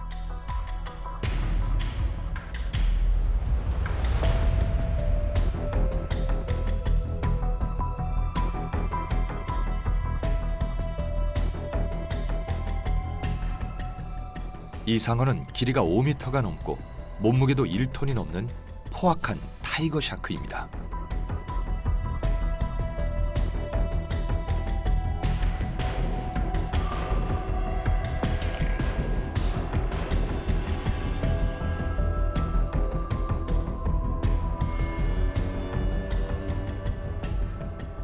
이곳에 온 다이버들은 특별한 경험을 하기 위해 모였습니다.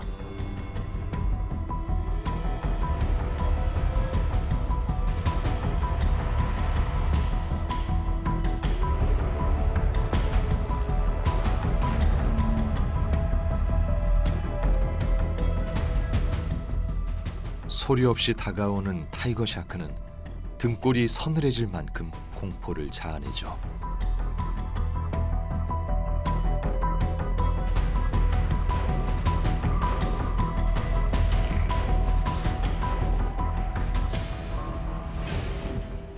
이곳에 모인 상어들이 관심 갖는 건 오직 커다란 통, 그 안에 먹이가 있다는 걸 냄새로 이미 알아챘습니다.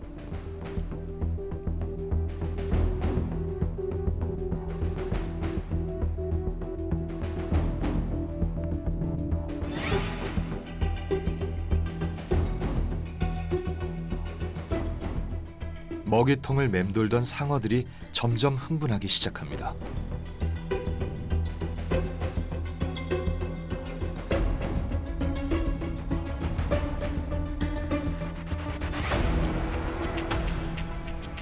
잠수 책임자들은 상어가 더 모일 때까지 먹이를 주지 않고 기다립니다.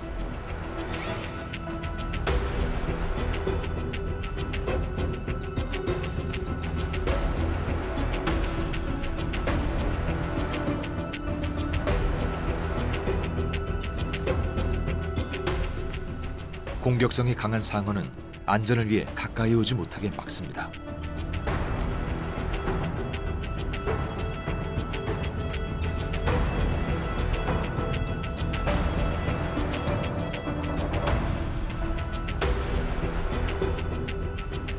오늘 첫 번째 먹이는 큰 타이거 샤크가 받아먹네요.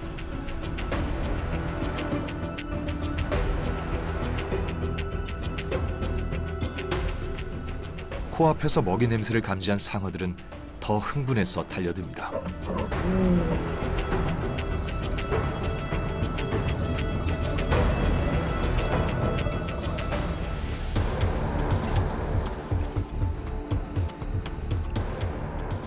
난폭해진 상어도 먹이를 주면 잠시 온순해집니다. 본능 속에서 잠깐의 평온을 찾는 순간이죠.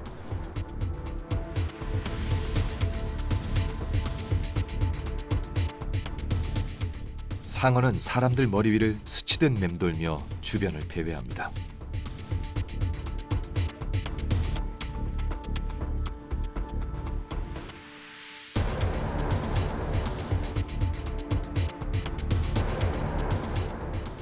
사람들은 아찔한 장면에 빠져들고 안전요원들은 만일을 대비해 사방을 경계합니다.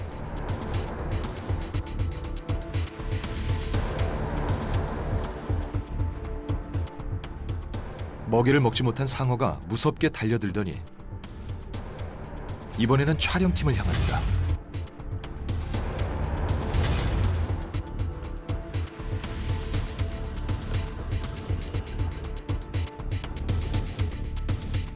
이곳에 온 상어 중에는 심한 상처를 입었거나 낚싯바늘에 걸린 상어도 많습니다.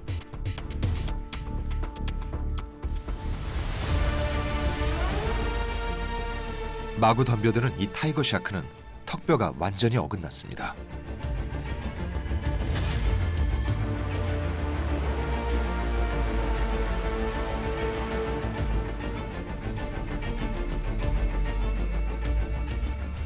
이 타이거 샤크는 입에 낚싯바늘이 박혀 있네요.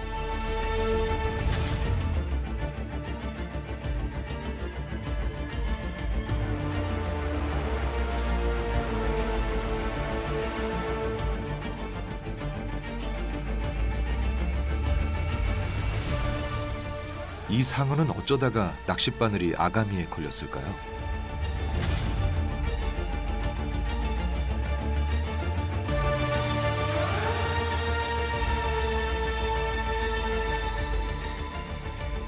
이 중에는 아주 심한 상처를 입은 상어도 있습니다.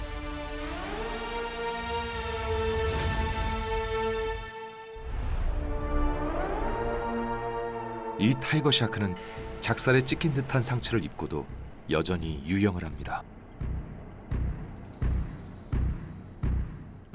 여기서는 잠시라도 한눈 팔다간 큰일 나죠.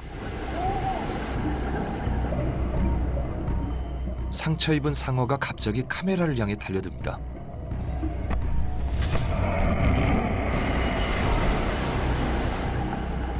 결국 먹이 하나를 얻어먹고 갑니다.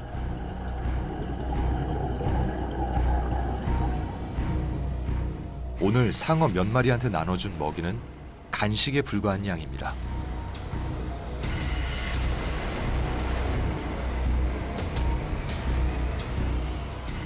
먹이를 많이 주면 자칫 사람들한테 길들여질 수 있기 때문이죠.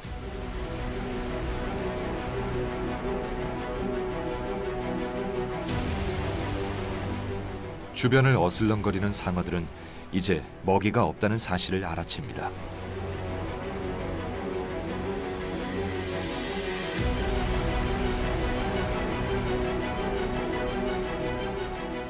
그래도 못내 아쉬운 듯 먹이통 주변을 맴돌며 떠나질 않습니다.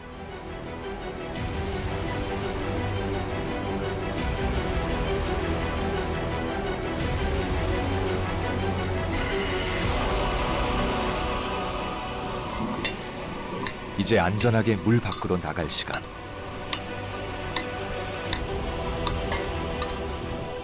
이곳에 온 사람들은 살아있는 상어의 존재가 얼마나 중요한지 그 가치를 다시금 깨닫게 됩니다.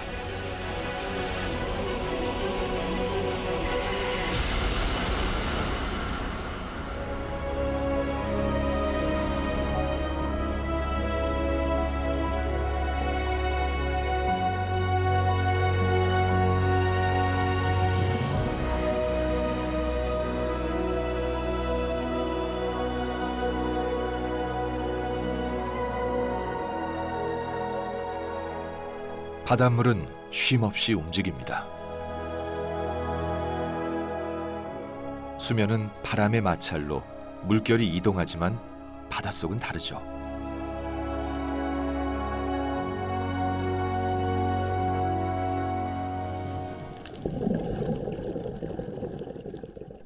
조석 현상에 의해 바닷물이 빠지고 들어오길 반복하며 물의 흐름이 바뀌죠.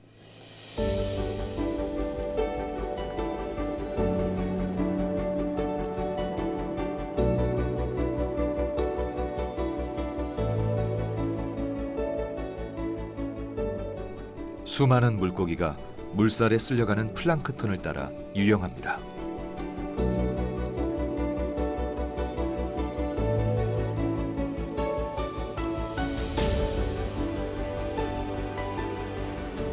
출렁이는 물결 속에는 바다 생물들만의 비밀스러운 신호가 있죠.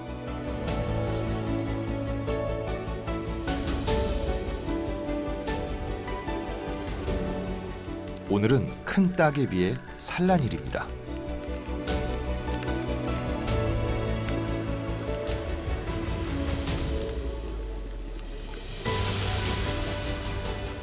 암수 한 몸인 따개비는 물살에 이세를 퍼뜨리지만 오늘은 운이 좋지 않습니다. 지나가던 물고기 떼가 간식처럼 먹네요. 물고기들의 소란스러운 먹이 경쟁은 채 5분도 안 되어 끝납니다.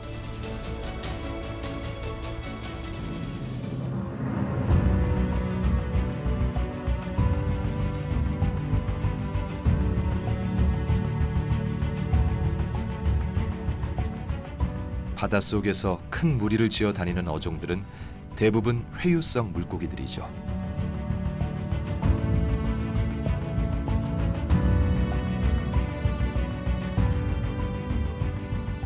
이들은 물살을 거슬러 오르며 성장하고 평생을 이동하며 살아갑니다.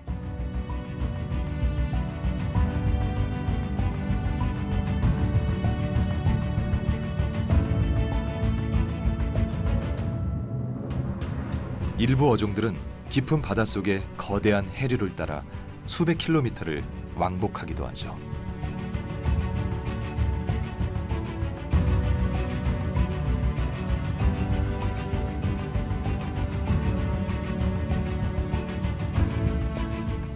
이 상어 무리는 무려 1000km 이상 먼 거리를 왕복하는 종입니다.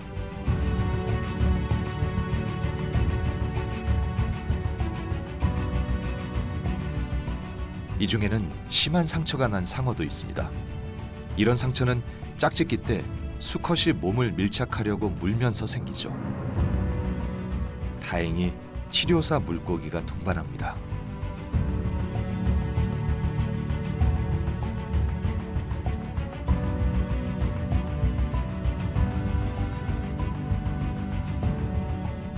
이 상어들은 계절이 변하고 해류의 방향이 바뀌면 이곳으로 다시 돌아옵니다.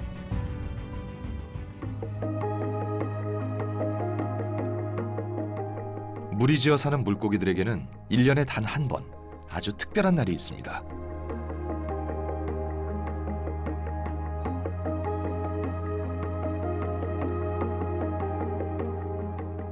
이 물고기들이 기다려온 것은 순간의 축제.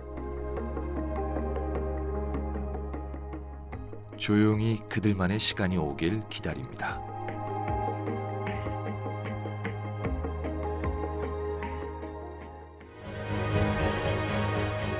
수면 근처에 있던 무리가 갑자기 한 곳으로 몰립니다.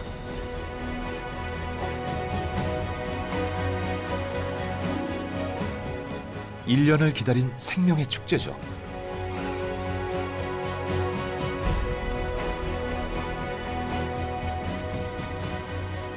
산란입니다.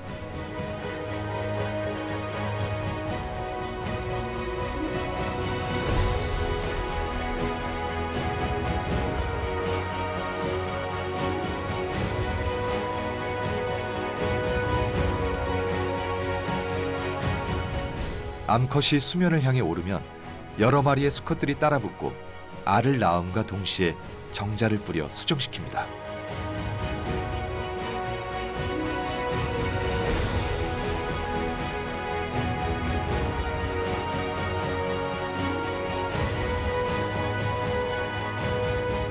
생명의 씨앗을 남기기 위한 시간은 단 10분. 짧고도 치열한 경쟁이 계속됩니다.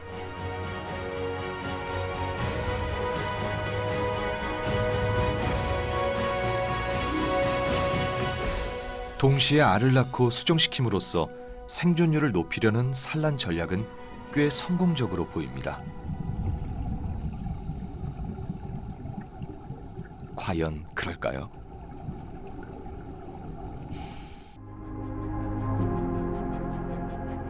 먹이가 있는 곳이면 어김없이 천적도 등장하죠. 수많은 알이 대왕 쥐가오리 입속으로 사라집니다.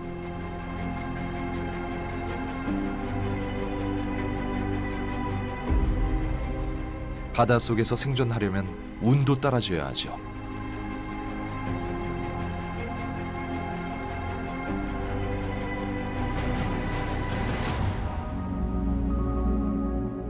온종일 플랑크톤을 걸러먹는 대왕 쥐가오리에게는 아가미에 걸리는 이물질이 늘 문제입니다.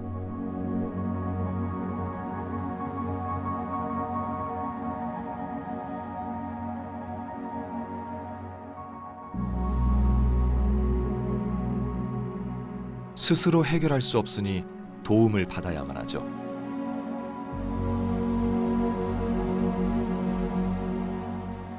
수십 마리의 청소 놀래기가 달려들어 아가미에 붙은 이물질을 깨끗하게 먹어치웁니다.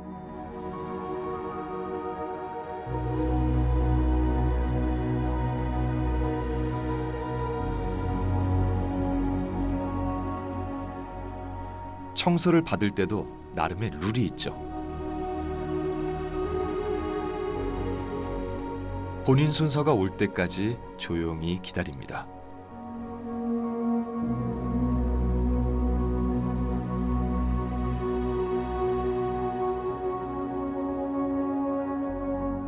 청소를 받은 대왕 쥐가오리가 홀가분한 듯 먹이를 찾아 이동합니다.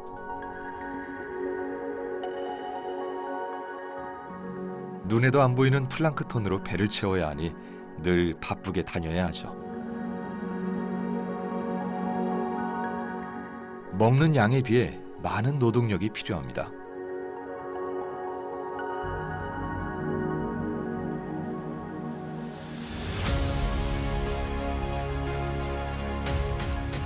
드넓은 대양의 우기가 시작되면 하루에도 몇 번씩 구름이 격렬하게 요동칩니다.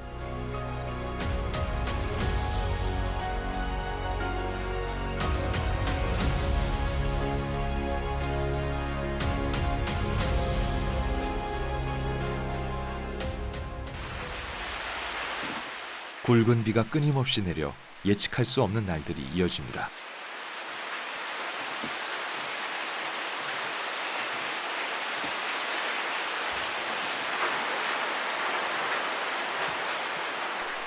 흠뻑 내리는 비는 육지의 모든 동식물들이 기다리던 단비죠.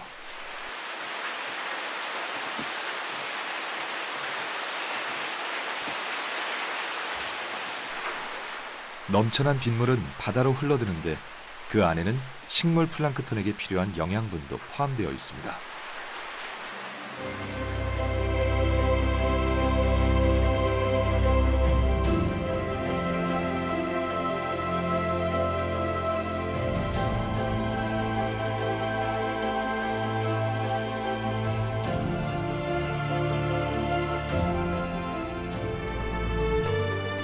우기 동안 바닷속에는 육지에서 유입된 인성분이 식물 플랑크톤의 영양분이 되어 빠른 성장을 돕습니다.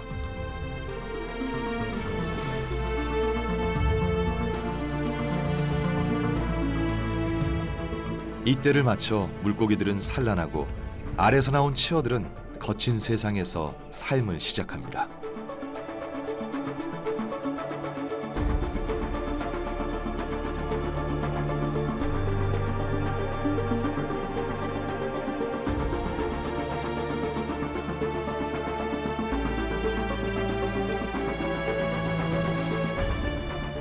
치어들에게는 매 순간이 위기이며 생존을 위한 도전이죠.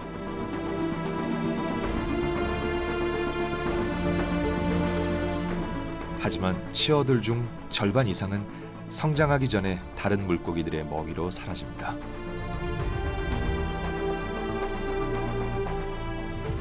운 좋게 성장한 물고기들만이 산호초에서 거주하며 생을 이어가죠.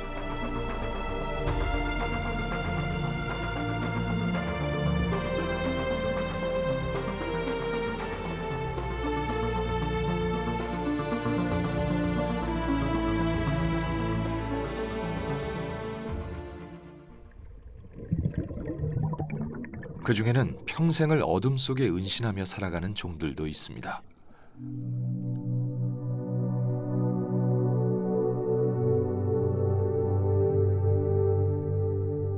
이들은 빛이 안 드는 산호초의 좁은 동굴이 대를 이어 사는 보금자리죠.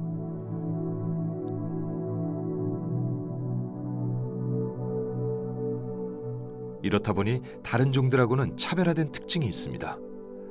어두운 곳에서도 잘 볼 수 있도록 눈이 더 크게 진화했습니다.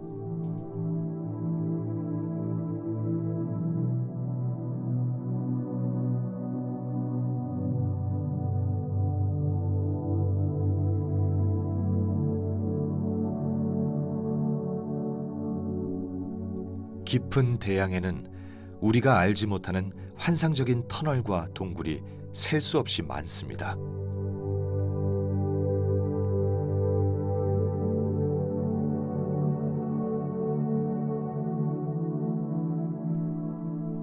오래전 화산 폭발과 지각 변동으로 형성된 이 터널은 이제 산호가 자라기 좋은 최적의 장소가 되었습니다.